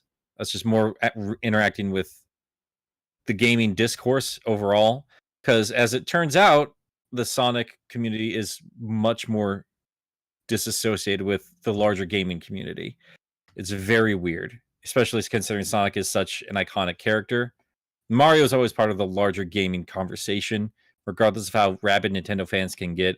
It is still part of it. Sonic Colors, nobody in the gaming world right now is talking about Sonic Colors Ultimate. They do not give a shit. And I mean, at the end of the day, it's almost like just be lucky that the main review scores were just fine and nobody gives a shit about it anymore. But man, oh man, like going into like the deeper conversations with it, I either feel like people are like, all right, you're being a little bit too dramatic, or at the same time, like, you're blatantly overlooking some very serious problems here. And it goes either way, and there's no middle ground, and nobody seems to be pointing the finger at Sega. So I always have to appreciate, like, I watched King K's video, and I've watched Jay's recent video just about like being a Sonic fan in 2021. And I really appreciate like how honest they were about it, because I mean, I think Jay didn't even bother buying the game, and I was like, good on you, dude. Like, just because you make so much Sonic content, he was like, I don't have to buy it. Like, look at this thing. Why the fuck would I buy this right now? Like, and he still have a conversation about it. And King, like, I watch his specifically. I try really hard not to watch other people's stuff before I get my own video out, but I wanted to see his because I know he's gonna have a very different perspective, and he's gonna point out stuff I wouldn't have noticed. And I knew he was going to go out of his way to really test like the Ghost Wisp and stuff like that. And now I'm gonna shout him out in my video because he did a great job with that, where he was like, no, but look at what this thing will do. Like, actually pay attention if you're not running through this. Like, look how it breaks the game. Like, if you're actually trying to explore, or speedrun or anything else like this, look at what this new stuff does to the game. And I appreciate that about Sonic fans. Or like how he was going through like, hey, here's how the tails save Cheese's red ring, stuff like that. Exactly. And Chowmix did the same thing too. And like he mentioned something I didn't even think about in my script, where he was like, yeah, that tails thing, it fucking messes you up, because if you're trying to get something and you just, drop off the side of a cliff to go back to an earlier checkpoint, you can't anymore. You have to go wherever that stupid tail save takes you. Like, that's a good fucking point. Like, anytime I'm looking for red rings, I can't do it because of this goddamn tail save. Like, it is a fucking nightmare. So, like, I'm shouting those two guys out specifically in my video because that's something I've been waiting for ever since we heard about these things. And we've talked about it plenty on this show specifically, which was, okay, I understand what you're going for with these new features, but this looks like this could potentially break the game if you don't think this through, and leave it to these guys that are professionals for a reason. They found it, and relatively quickly. And it's not like they're even like actively trying to cause problems with the game. It's just like the way I play the game, these things get in the way of it. And it's I'm getting off my main point there, but I guess what I'm saying is I appreciate Sonic fans getting as detailed as they get, even if it can feel a bit dramatic in terms of like calling it this thing like pathetic or unacceptable or whatever the case is. But I don't know, man. I also think that people being way too lenient on it is a big problem. Like at the end of the day, a lot of that lenience comes not because the remaster's good, but because colors is good. Yeah, and again, spoiling my own thing here, but like I've said in our chats privately, the only reason Sonic Colors Ultimate is good is because I feel like it's a shoddy house built on a strong foundation. Like that's for word what I've used 100 times before. But man, it's ultimately Ultimate disappoints me more than anything else. My sentence that would summarize it and define my opinions on it is they didn't completely bugger it up. But I guess that's what I get tired of. That's the best I could say about it, is they didn't completely bugger it. And I guess I'm getting to the point where I am saying it's okay to be mad at Sega. And I'm going to save my thoughts because again, I have a video coming out and I don't want to be redundant here, but well, I've already made one of the two videos I'm making about it, so I'll say one of the things that I got like literally right after playing that game. I don't know if the remaster soured me on colors or if my experience with other games has soured me on colors, because I don't hate it. I don't hate the game. But the game really does not excite me anymore, and I don't know if it's that I've played Generations since then, and I've revisited different forms of Unleashed since then, or the fact that I've played just other better fucking games since then. But it feels like an exhausting game to go back and play for me now. And I feel like the last thing a video game should be is exhausting. I think part of that is, because we've had different games since then, but I think something I've noticed about with remasters is as excited as I am for games getting re-released, it is still the game I've played before. And I don't often like revisiting games over and over and over again, especially if I'm not like deeply in love with it. I like colors. I've never been madly in love with the game, the original one or otherwise. So coming back to it was already going to be a little bit of a chore for me, especially when there are other games I've been way more excited to talk about. Like like Cruisin' Blast came out like 2-3 days ago. And I've seen everything there is to see in that game the same day I bought it. But I was way more excited to talk about it, and I got a video done like that day and put it out like yesterday. And no, it's not doing as well as Colors Ultimate. But like I think like the only reason like I'm giving this game as much thought as I am is because this is where the audience is for me. And I am like legitimately interested more in the discourse surrounding the game than I am for the game itself. Because as it is bluntly, a re-release game that is somehow worse in many ways is not something I'm interested in, especially when I have Psychonauts that's not getting any kind of attention. And it came out the gate a complete game. It's not a busted game. You can just download it and you play it and it works just fine and is a far more complete experience, at least from what I played so far. I guess if nothing else, I'm really, really looking forward to Marvel Spider-Man 2. That's what I'm looking forward to. Dude, I swear to God, I kept calling it, but like they're probably gonna have the next like PS5 version, like PS5 Pro. I'm gonna bet like 2023 to release alongside that game, and that's when we're gonna get like our black version of the console. It feels like that game is going to be where the new generation finally arrives. Like, because it really feels like this new generation has been really stalled, you know? Like, I don't know. I'm with you. I think with new consoles, we're at that point where we hit photorealism in the last generation during, you know, Xbone and PS4. Like, we hit that. We hit it and we hit it fine. The only thing that improves now is fidelity and polish. We can now Load do this times and we can how now much you can store. we can now do this at 60 FPS. We can now do this with 3-second load times. Like, that's what changes now. We can now animate models infinitely better, but the actual like model itself, the model itself's going to look fine. I mean, it's there's still even further they can take it. The question is it viable? Well, I mean, at the same time, though, they've brought in a slew of brand new problems with this last 5-6 years of games. And Tom brought it up himself. Like, the state of the gaming industry as a whole is like, it's okay to release unfinished games or patch it to death or eat up literally a quarter of your hard drive, or in Call of Duty's case, probably your entire hard drive. And it is insane that we are okay with that model as of right now.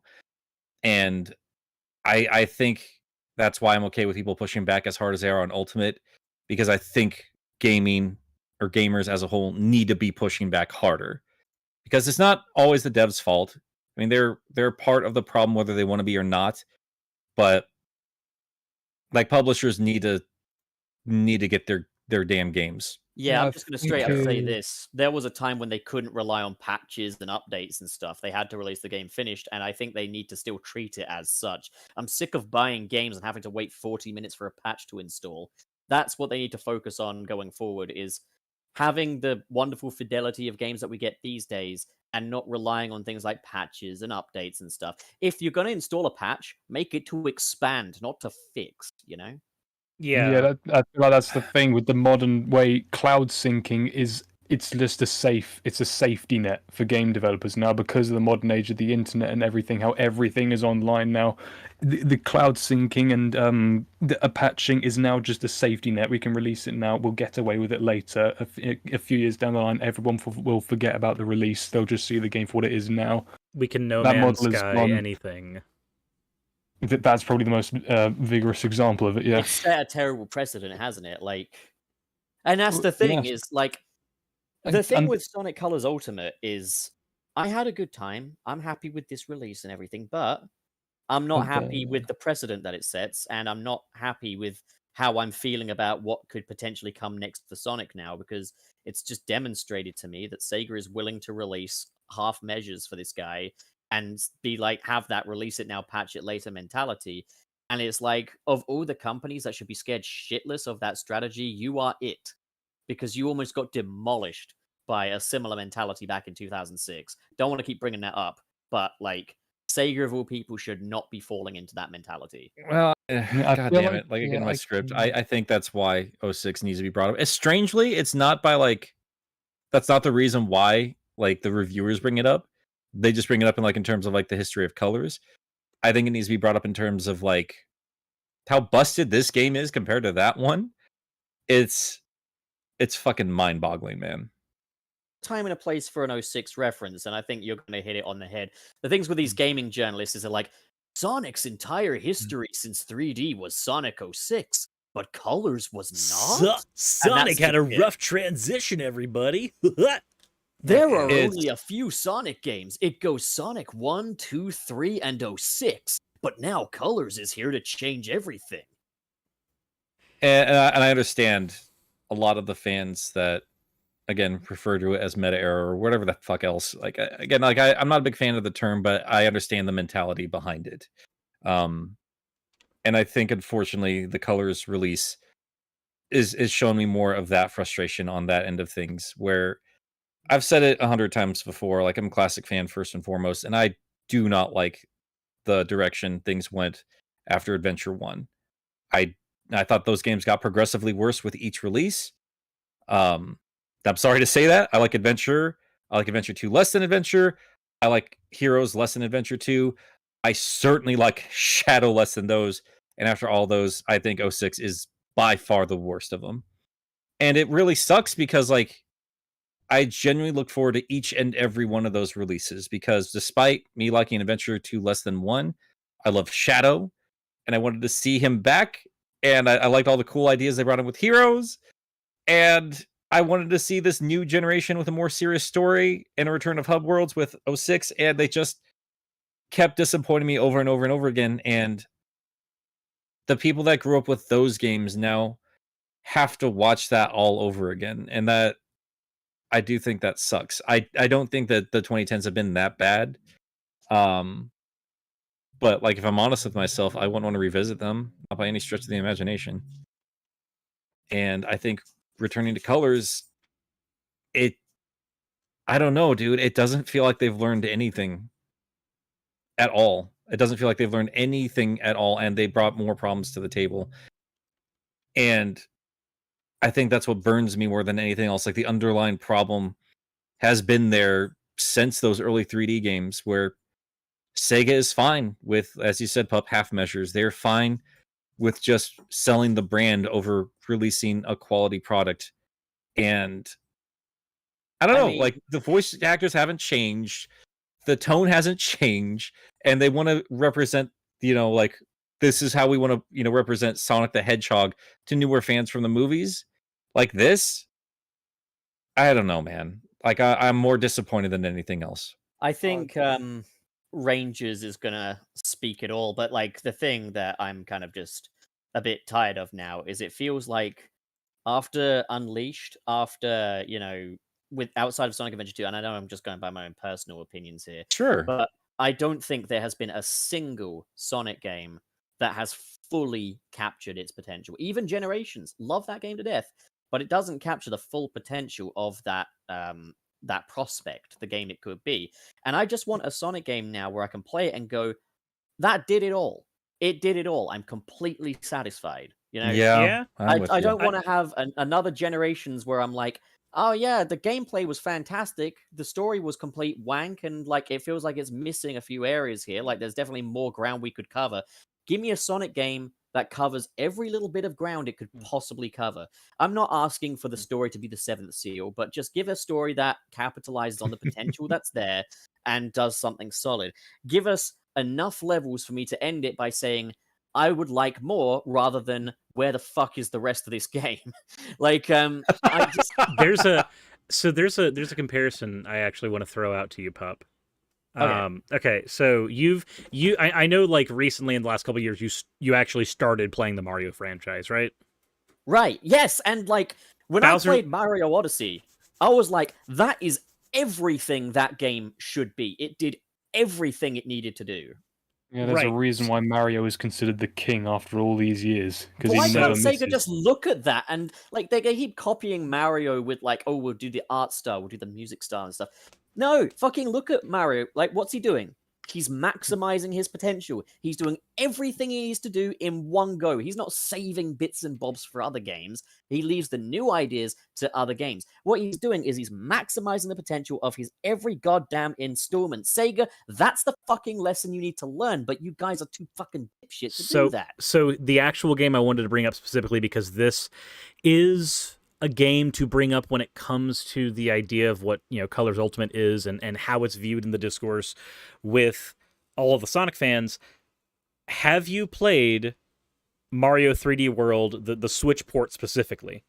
No, I haven't, but I've heard it's got like a whole new story mode attached to it. And yes, the Bowser's. I will say this: there has not been, even with Odyssey, because I have Odyssey, I've played it. Even with Odyssey, there is not a Mario game I have played that has made me feel more joy, more excited, and has caused me to be more immersed in what it was doing than the Bowser's Fury side game that was added to that port that didn't need to fucking be there. People would have bought that without it. I would assume that was there to be its own game at some point, but with everything going on, they probably just did what they could. I think that's a test bed for whatever we're getting next from Mario. It was really well done. And if it's Sonic Central and Roger Craig Smith first announced Sonic Colors Rise of the Wisps, before we knew it was going to be an animation, I thought they were doing a Bowser's Fury with Sonic Colors Ultimate. Like, imagine a Sonic Colors Ultimate where instead of the level select that we have right now, they went, hey, we're going to give you Sonic Colors. It's going to have all the levels that were in it before. Those are fine. But we're going to give you a 3D interstellar amusement park to explore as a hub of sorts where you can play around. That. I would love that so much. Suris, just so you know, I'm not stealing that idea. That is in my script because we have talked about it on this show. Oh, I know. I'm just saying that right now. I know. We've talked about it before. I know you're not yanking it from it, but dude, the fucking I'm just gonna say this right now. When I watched your video when you were like, "Oh, and this is Fang the Knackle," I was like, "Oh yeah, he grabbed that one from me," and then he said my name. I'm like, "Oh, it's just a shout out." Okay, I got a shout out where I could. We have a group chat. We steal each other's shit all the time. We talk all the time in there. It's fine. We do not steal each other's shit all the time. I do not steal anybody's shit. No, I'm talking about like me with yeah. What I really just doing was turning myself in for stealing certain Spider-Man theories from Suris. Oh my god. But no, my thing is that knowing that because here's the thing, I personally wouldn't have bought Mario 3D World on the Switch had it not come with the Bowser's Inside Fury thing, because Bowser's Inside Fury. I'm sorry, I forgot about it. Sounds like I'm fucking him in that case. Well, there is Bowser's Inside Story where half of the game takes place up his asshole. I know, but Bowser's Inside Bower. Bowser's. Okay, you know what? Let's all stop talking for 1 fucking second. But so knowing that despite the reasons why they might have gone, because you know there's obviously COVID related reasons. You're probably right, Nick, that there was meant to be other things in development for that, and they just tacked it in because that's what they did. But that mode doesn't feel. It's a complete product. It doesn't feel tacked on. It doesn't feel tacked on at all. And if they had just, and the main game is better too. It's better than the original Wii U version. So if they had just given us a version of Colors Ultimate where they said, hey, we're going to put this extra time and development into this. We're going to celebrate Colors for what it is. Then let's celebrate Colors for what it is without the limitations of the Wii. Because I don't doubt that there could have been a conversation at some point about the problem with the Wii handling larger hub worlds, despite the fact that anybody that thinks that would have actually been an issue for the Wii is wrong, because we've had large hub worlds on weaker consoles. So I never want to hear that dumb argument. But I know that it's happened because Unleashed didn't have its hub worlds on the Wii, so nobody expected Colors to have one on the Wii. But had we gotten something like that, can you imagine what the discourse of that game would have been? Glitches and all. If the game would have existed exactly as it is right now, but it would have had the amusement park to explore with Sonic's physics. Oh yeah, I've been Hmm. saying this for ages. I want a skate park hub world in a Sonic game where you don't even have a skateboard. Like, I mean, you can get one if you want. That would be a nice touch. But like, Sega wouldn't do that because Sega don't want to add anything. They were close to it. No I mean, they luxuries. were taking a lot from Tony Hawk back in the Adventure days. Yeah, that's why the I'm saying, though, brand is mechanic does. if Sega included a skate park, they would have some kind of fucking caveat, because Sega always have a fucking caveat. It's like, Don't you get a they skate always? park, no skateboard, no other levels. It's called Sonic Skate Park. You don't have a skateboard. But like, Like, strangely, there was a Sonic, like, not skating, but like a board game that was canceled. there was, yeah, it was. Called Sonic Extreme. The thing is, the thing I'm getting so sick of is I'm looking at Mario and I'm just saying, Sega Claus, you know what I want for Christmas? What is it? A finished game. No, Sorry, Pup. platformers. Why is the standard this? Why is the bar here? Why is the goddamn bar here. Pup. And it's not The- for any other Sega franchise. I'm just gonna let you All know of the right other now. ones are Pup, doing really well. Sega's gonna. I know what Sega Claus is gonna tell you. They're gonna tell you we have finished games at home, and they're gonna hand you Yakuza. They're gonna tell me Yeah. I'm a naughty boy and spank my bottom until it's red and raw, and then I'm gonna get a little bit aroused.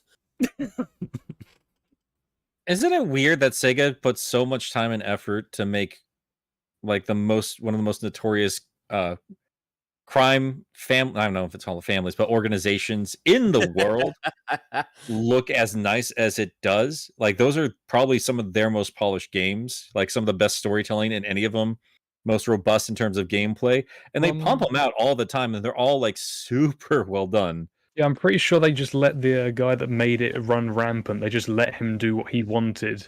Like there was no. I'm pretty sure it was just like one or two people just saying, "This is what I want this game to be, so make it so." And Sega was just like, "Okay, let him do whatever." But it's different with the Sonic series. I've heard that Sega Sammy's run by Yakuza. Suris, you want to know what I just did with my first Sunset City paycheck? What'd you do? I bought Super Mario 3D World. Bowser's Fury. Attaboy. There you Attaboy. go. That is. I got it on eBay, and yeah. It is such a phenomenal experience. You know what also is great? It has multiplayer. Any Both modes. Any seizure-inducing glitches I should know about? Nope. Sure not. Nope. Very Also, polished. Sega, local multiplayer only on the Sonic Simulator? What is it? Fucking 2001? Nope. Local 2000. only? It's 2010, pup. You would It's not colors. understand. It's 2000 and late. You would not understand the embarrassment that washed over me when I went onto the Sonic Simulator thing and went 2-player and it said, have another Nintendo Switch nearby. And I was like, are you fucking with me? No, you know what makes it even worse, pup? So you know how many people love, how many adventure fans love the Chow Garden and the ability to breed Chow, to race each other and fight each other and all that other shit. Like, Oh my god, just make a mobile game of that. Seriously, why is there not a Yeah, mobile we've game? all been saying it for literally decades now. Despite them needing to do that, the re-release of Sonic Adventure 2 on Steam does not have the ability to do like online multiplayer with its stuff. Despite so much of that, like despite Christ. me We being like, finally did it. we broke it. We destroyed the dog. And I like Sonic Colors Ultimate the most out of most of us here. What the fuck is going on? I And that's distinctly just I distinctly remember as a kid, like when I would go over to a friend's house, I would take my memory cards with me from my GameCube because we would always do Final Fantasy Crystal Chronicles together. We would always do some Animal Crossing stuff together, and we would do Sonic Adventure stuff together because that was a thing you could do, and it was great. And going forward in time, it's wonderful to see that Final Fantasy Crystal Chronicles has botched literally everything about its multiplayer release. Animal Crossing is good, and Sonic is still shit in the multiplayer department. Just... You know, this conversation has me wanting to open up BetterHelp and tell my therapist I'm dissatisfied with the state of the Sonic franchise. The worst part is, I can tell you your therapist probably will have heard it once before from one other client. Speaks volumes, and Roblox does multiplayer better than Sonic in terms. So, I'm pretty sure they have their Rangers. own game on Roblox as well, their own Sonic themed game that is infinitely better with multiplayer than the franchise has ever been. I've heard there's a lot of good Sonic games on Roblox. Which is mind-boggling to me. I haven't played it since like 2016, so I've never touched Roblox. I no idea. I just saw that once like that. Looks ugly. Nobody will ever play it.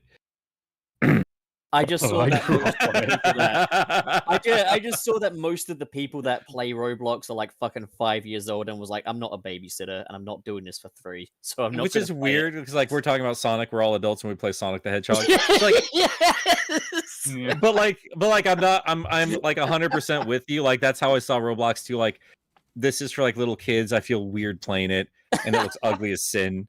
Whatever. But then turns out it is gargantuan. It's huge. It's crazy.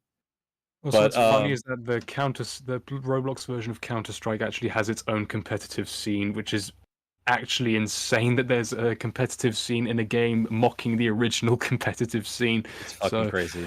It's a bit of an inception. Oh, I other fucking- video games. I fucking hate Sonic. Don't we all? I just That's why couldn't we're think of a here. better time to say it. You know, I mean, that's why we're here, isn't it? We all You know hate what him we- collectively.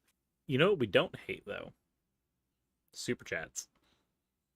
Sponsored. We don't. Should we get over to those guys? Have we said everything we want to say about the discourse around Sonic Yeah, Colors, this or was our general definitely thoughts on more- it? This was definitely more of a discourse episode than it was a entire like how we got into Sonic discussion. But we can save that for an episode with Wayne because I think we'll have an interesting perspective.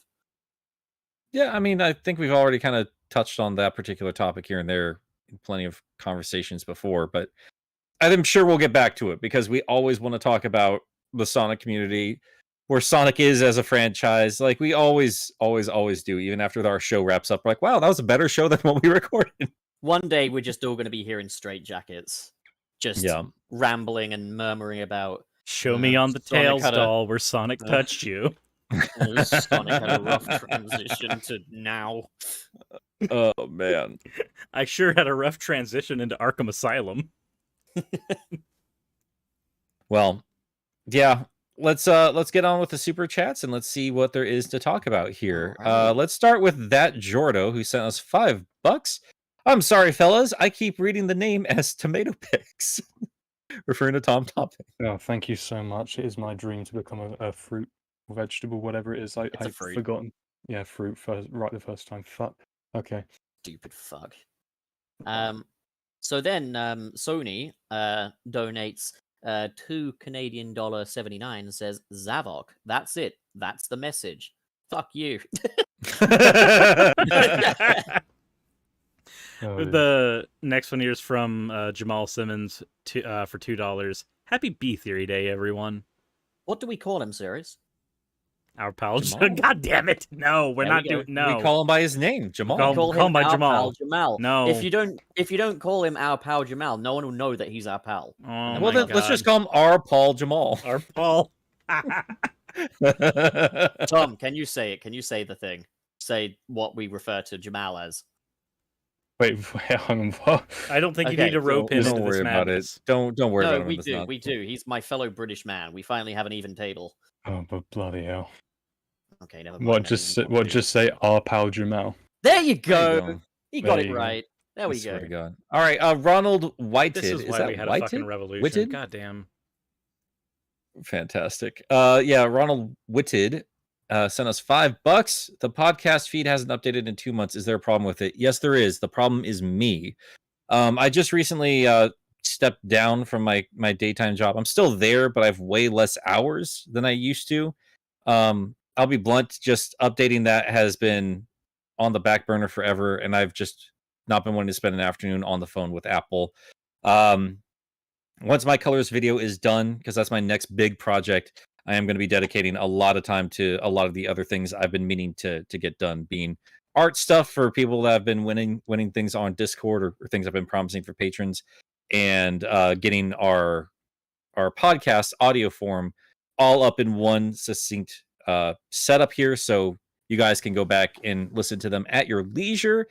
Even if we do talk about things as they happen during that week, it might still be fun listening to the discourse around colors all the way up to the release, because that's kind of where we started our show and where our where that all kind of ended up. Is this might be season 1 actually, Pup, is the colors saga. This is season 2. Season 2 is the Color Saga. Season 1 is the Drought Saga. The drought saga. I don't Yeah, know. because season 2 began when Wayne came back, and when Wayne came back was the Sonic Central, I believe. But he wasn't gone that long. He was, And, gone like, we that do a long. He weekly was gone- show. He was literally gone for like over 10 episodes. Well, whatever. We can discuss that another. Well, but another would day. TomTopics like to read this next super chat? Is that, the one? I, Is that what I'm thinking? It's It's the just- one after Ronald Whited. Yeah. Okay, Thank there you. you go. There you go. You did it. You did it. You did it. I believe. I believed and it happened.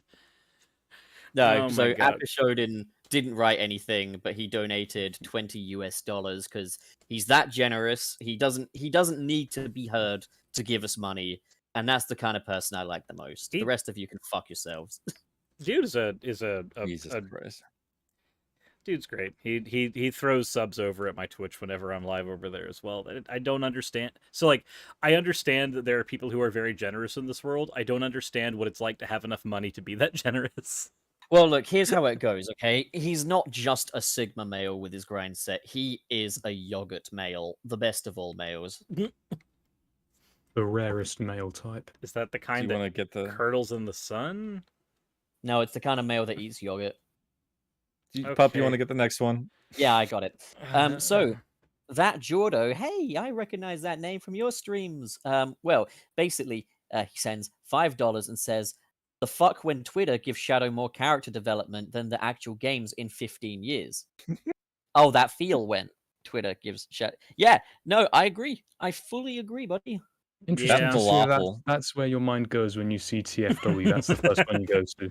Well, you Yeah. probably thought of Team Fortress Wankfest, didn't you? You little Steam fanboy.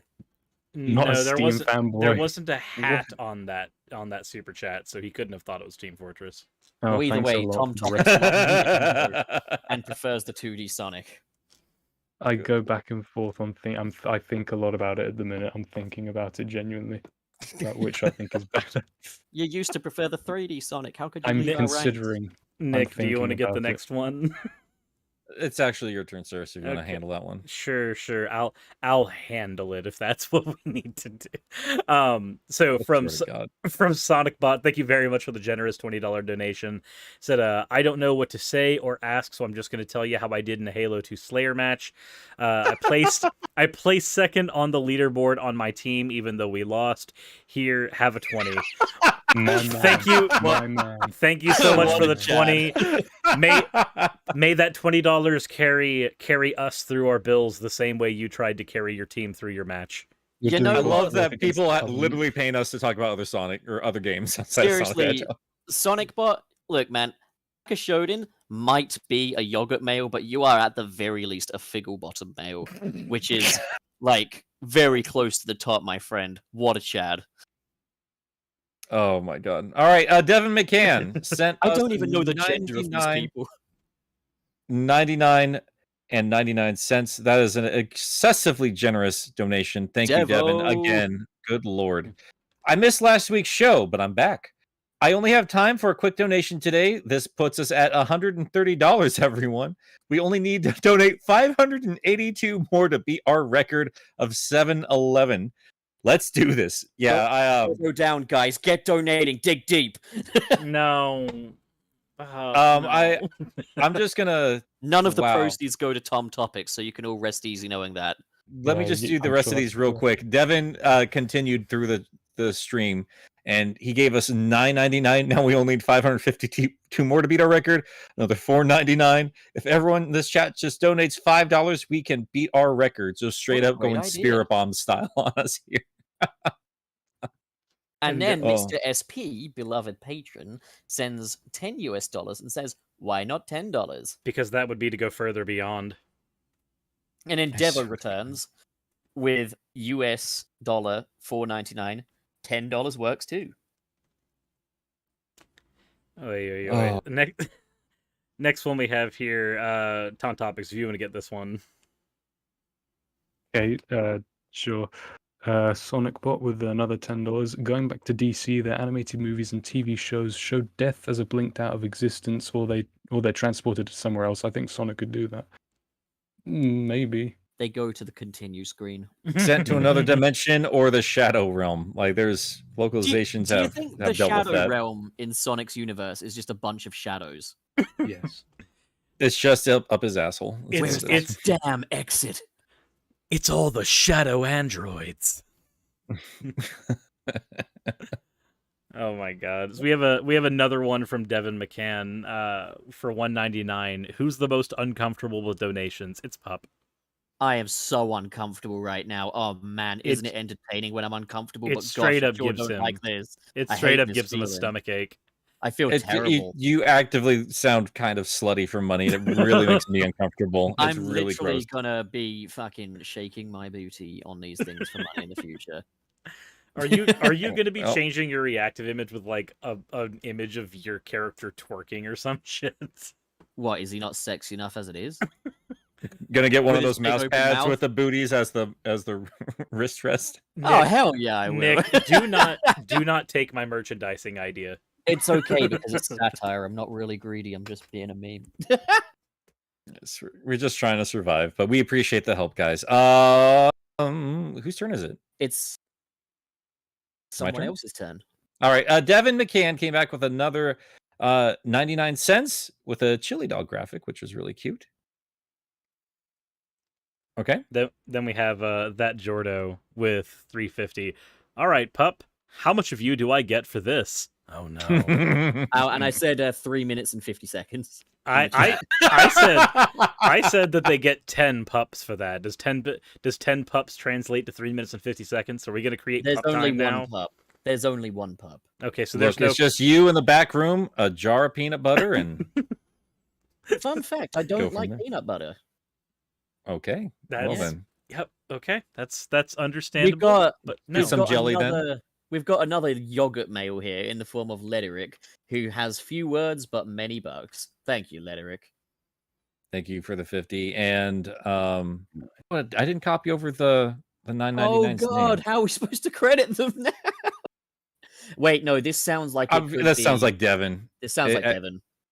It is. Yeah. How much more money do we need to beat the previous record of 7-Eleven? I don't know if anybody has that pulled up. We can We see are here, at but we are at 284 right now. that's again incredibly generous for a silly ass show. We saw more super chats. If you guys want to keep going though, Okay, so we've got Smacko. I don't know if that's pronounced right. But Smacko sends 10 pens. First episode I see was fun, guys. I'm glad you had fun, Smacko. Smacko's We also had the fun one. too. Smacko's also the one that I recently just shouted out on Twitter that did the Sonic the Hedgehog Suris. What It a was- fucking yogurt male. It was the detail on it was really good. It did not look like a Pender's drawing. Jesus. I'm gonna skip this next one real quick, but Pup or Sir, you want to get back to it just because this is out of order. But Mr. SP did throw $10 our way and congratulated me. Thank you. He said, "Congrats, Nick, for finally getting one foot out of the door of his old job. Looking forward to plenty of new content, and I'm looking forward to producing plenty more content. I love working on it, and if you guys want to be helpful, go check out the latest video I did because it wasn't Sonic, and those numbers are It showing. has a pretty driving severely. shark in it. You all should love that. You absolutely should. The game's amazing. But yeah, thank you again, Mr. SP. All right. We have one here from Adzinko for £5. You skipped Smacko, didn't you? No, we just No, got we done. just did it. There was not another Smacko one? Okay. No. But no, this one says, as long as the money isn't going to TomTopics, then take my money. That's quite an Oh my alpha male God. mentality right there. Oh my god. Thank you Yeah. for your consideration. Oh, so sweet. So nice. And AKA Shonen threw another $5 our way. That is it for the super chats, at least as of right now. And Which we wanted means to just the episode is over unless you donate more. Do not donate more because we all need rest, but donate more. I swear. There is one thing that we do need to throw out there though, just because we haven't already. If you guys have not managed to do so, our guest today has been TomTopics, so please do us all a huge favor. Click on this link that we just dropped into the chat. That will take you to TomTopics channel. Please go ahead and give him a subscribe if you have not done so already. If you have not, if you're listening to this later when I finally get the rest of this up and get Apple to work with us finally, then yeah, look up TomTopics on YouTube. I know our friend here has been a little quiet. I mean, you've been great, but I know you've been a little bit more quiet. But when he is in front of his script and sharing his opinion on something, it is fantastic. He deserves way more attention than what he gets. Like I was very engaged with every video of yours I watched, man. It's really good stuff. Yeah, this shit Oh. is not indicative of his actual performance and his content. He's just being a prick tonight. But Oh my god. no, he's actually quite shy. But The like, more Pup fucking- hates you, the more you're loved. if you do go to his channel from here, be sure to let him know that we sent you. Let him know that we fucking hate him or that you hate him. Whatever. Just tell him you hate him. Tell him I That's- hate him. It's phenomenal. So, Pup, Thanks, I'm man. just going to say this right now. I think you're going to be responsible for an entire lore shift where his channel's concerned, where all of his people are LARPing as hate watchers. Well, we might have already had a small hand in that, right, Tom? Like, to be fair. Sure, yeah. He does deserve the video that's sticking with me specifically that I keep mentioning. I just went and looked up the name because I couldn't remember the name. It was elitism in the Sonic community. I thought that was a really good topic and really on point. So I think that was I loved it. And we have new super chat from We've got another yogurt mail. so the way that's spelled out, that Your rotor. word can go Looks like is that your to me. rotor or is it gyrotor? Or Like how, I read it as gyrator, not gonna lie. but that's how you spell euro, right? Gyrator. But It's send like us the $10 if gyrator. we appreciate it. It's like an epic way of telling us that he likes to gyrate. What a Chad. Or he eats a lot of euros, like a euro robot. What makes it that? Where's the euro in here? GYRO. That's how you spell euro. It's That's not how you spell. obnoxious. Wait, It when is. when you say euro, do you mean? I'm as not in- talking about Europeans. I'm talking about the food item. Oh, as in gyros. No, don't do this Euros. to me. They Is are that not euros. technically the correct pronunciation? Is gyros? It is not. No, it is it's not. I just wish gyro. it was. I wish it was. Gyro Or sounds cooler. Gyros? I heard It's- like German people pronounce it. The gyros. irosity. They're all wrong. There Gyros is a place that I've eaten before that is called Euro City. Did you? and Did you? One of you guys post that in one of our Yes, chats? I literally drove there because I was in that town at the time. I drove there. I took the picture and just went, "How do you pronounce this, Sonic fans?" So Devo, aka the Monopoly Man, is back. With Two super chats. 2 super chats, both worth $1.99, and both just saying money. Now that, my friend, is So a the figgle second bottom one- male move. The second one no, says it says more money. money, It's Yeah. basically with the same. a question mark. No, you just dropped a There's third one. another one. Do Do you you want want my my money? money? To answer your question, yes, I do. Thank you. I'm a student. Devin. I need it. Oh, Devin, thank you again so much for your help here. But otherwise, guys, I think we've run our course. We did talk a lot today about a lot of different things, and it's a pretty good episode overall. So we appreciate you taking your time with us today. But the sun is setting on this conversation, but Wait, not on no, Devin's we- bank account as Take he it gives us all. another $1.99 saying take it all. Take it. So I will take it all. I'll take let's, it all deep. Let's get going before Devin runs out of money. Thank you guys again for tuning in. And, Hard daddy. oh God.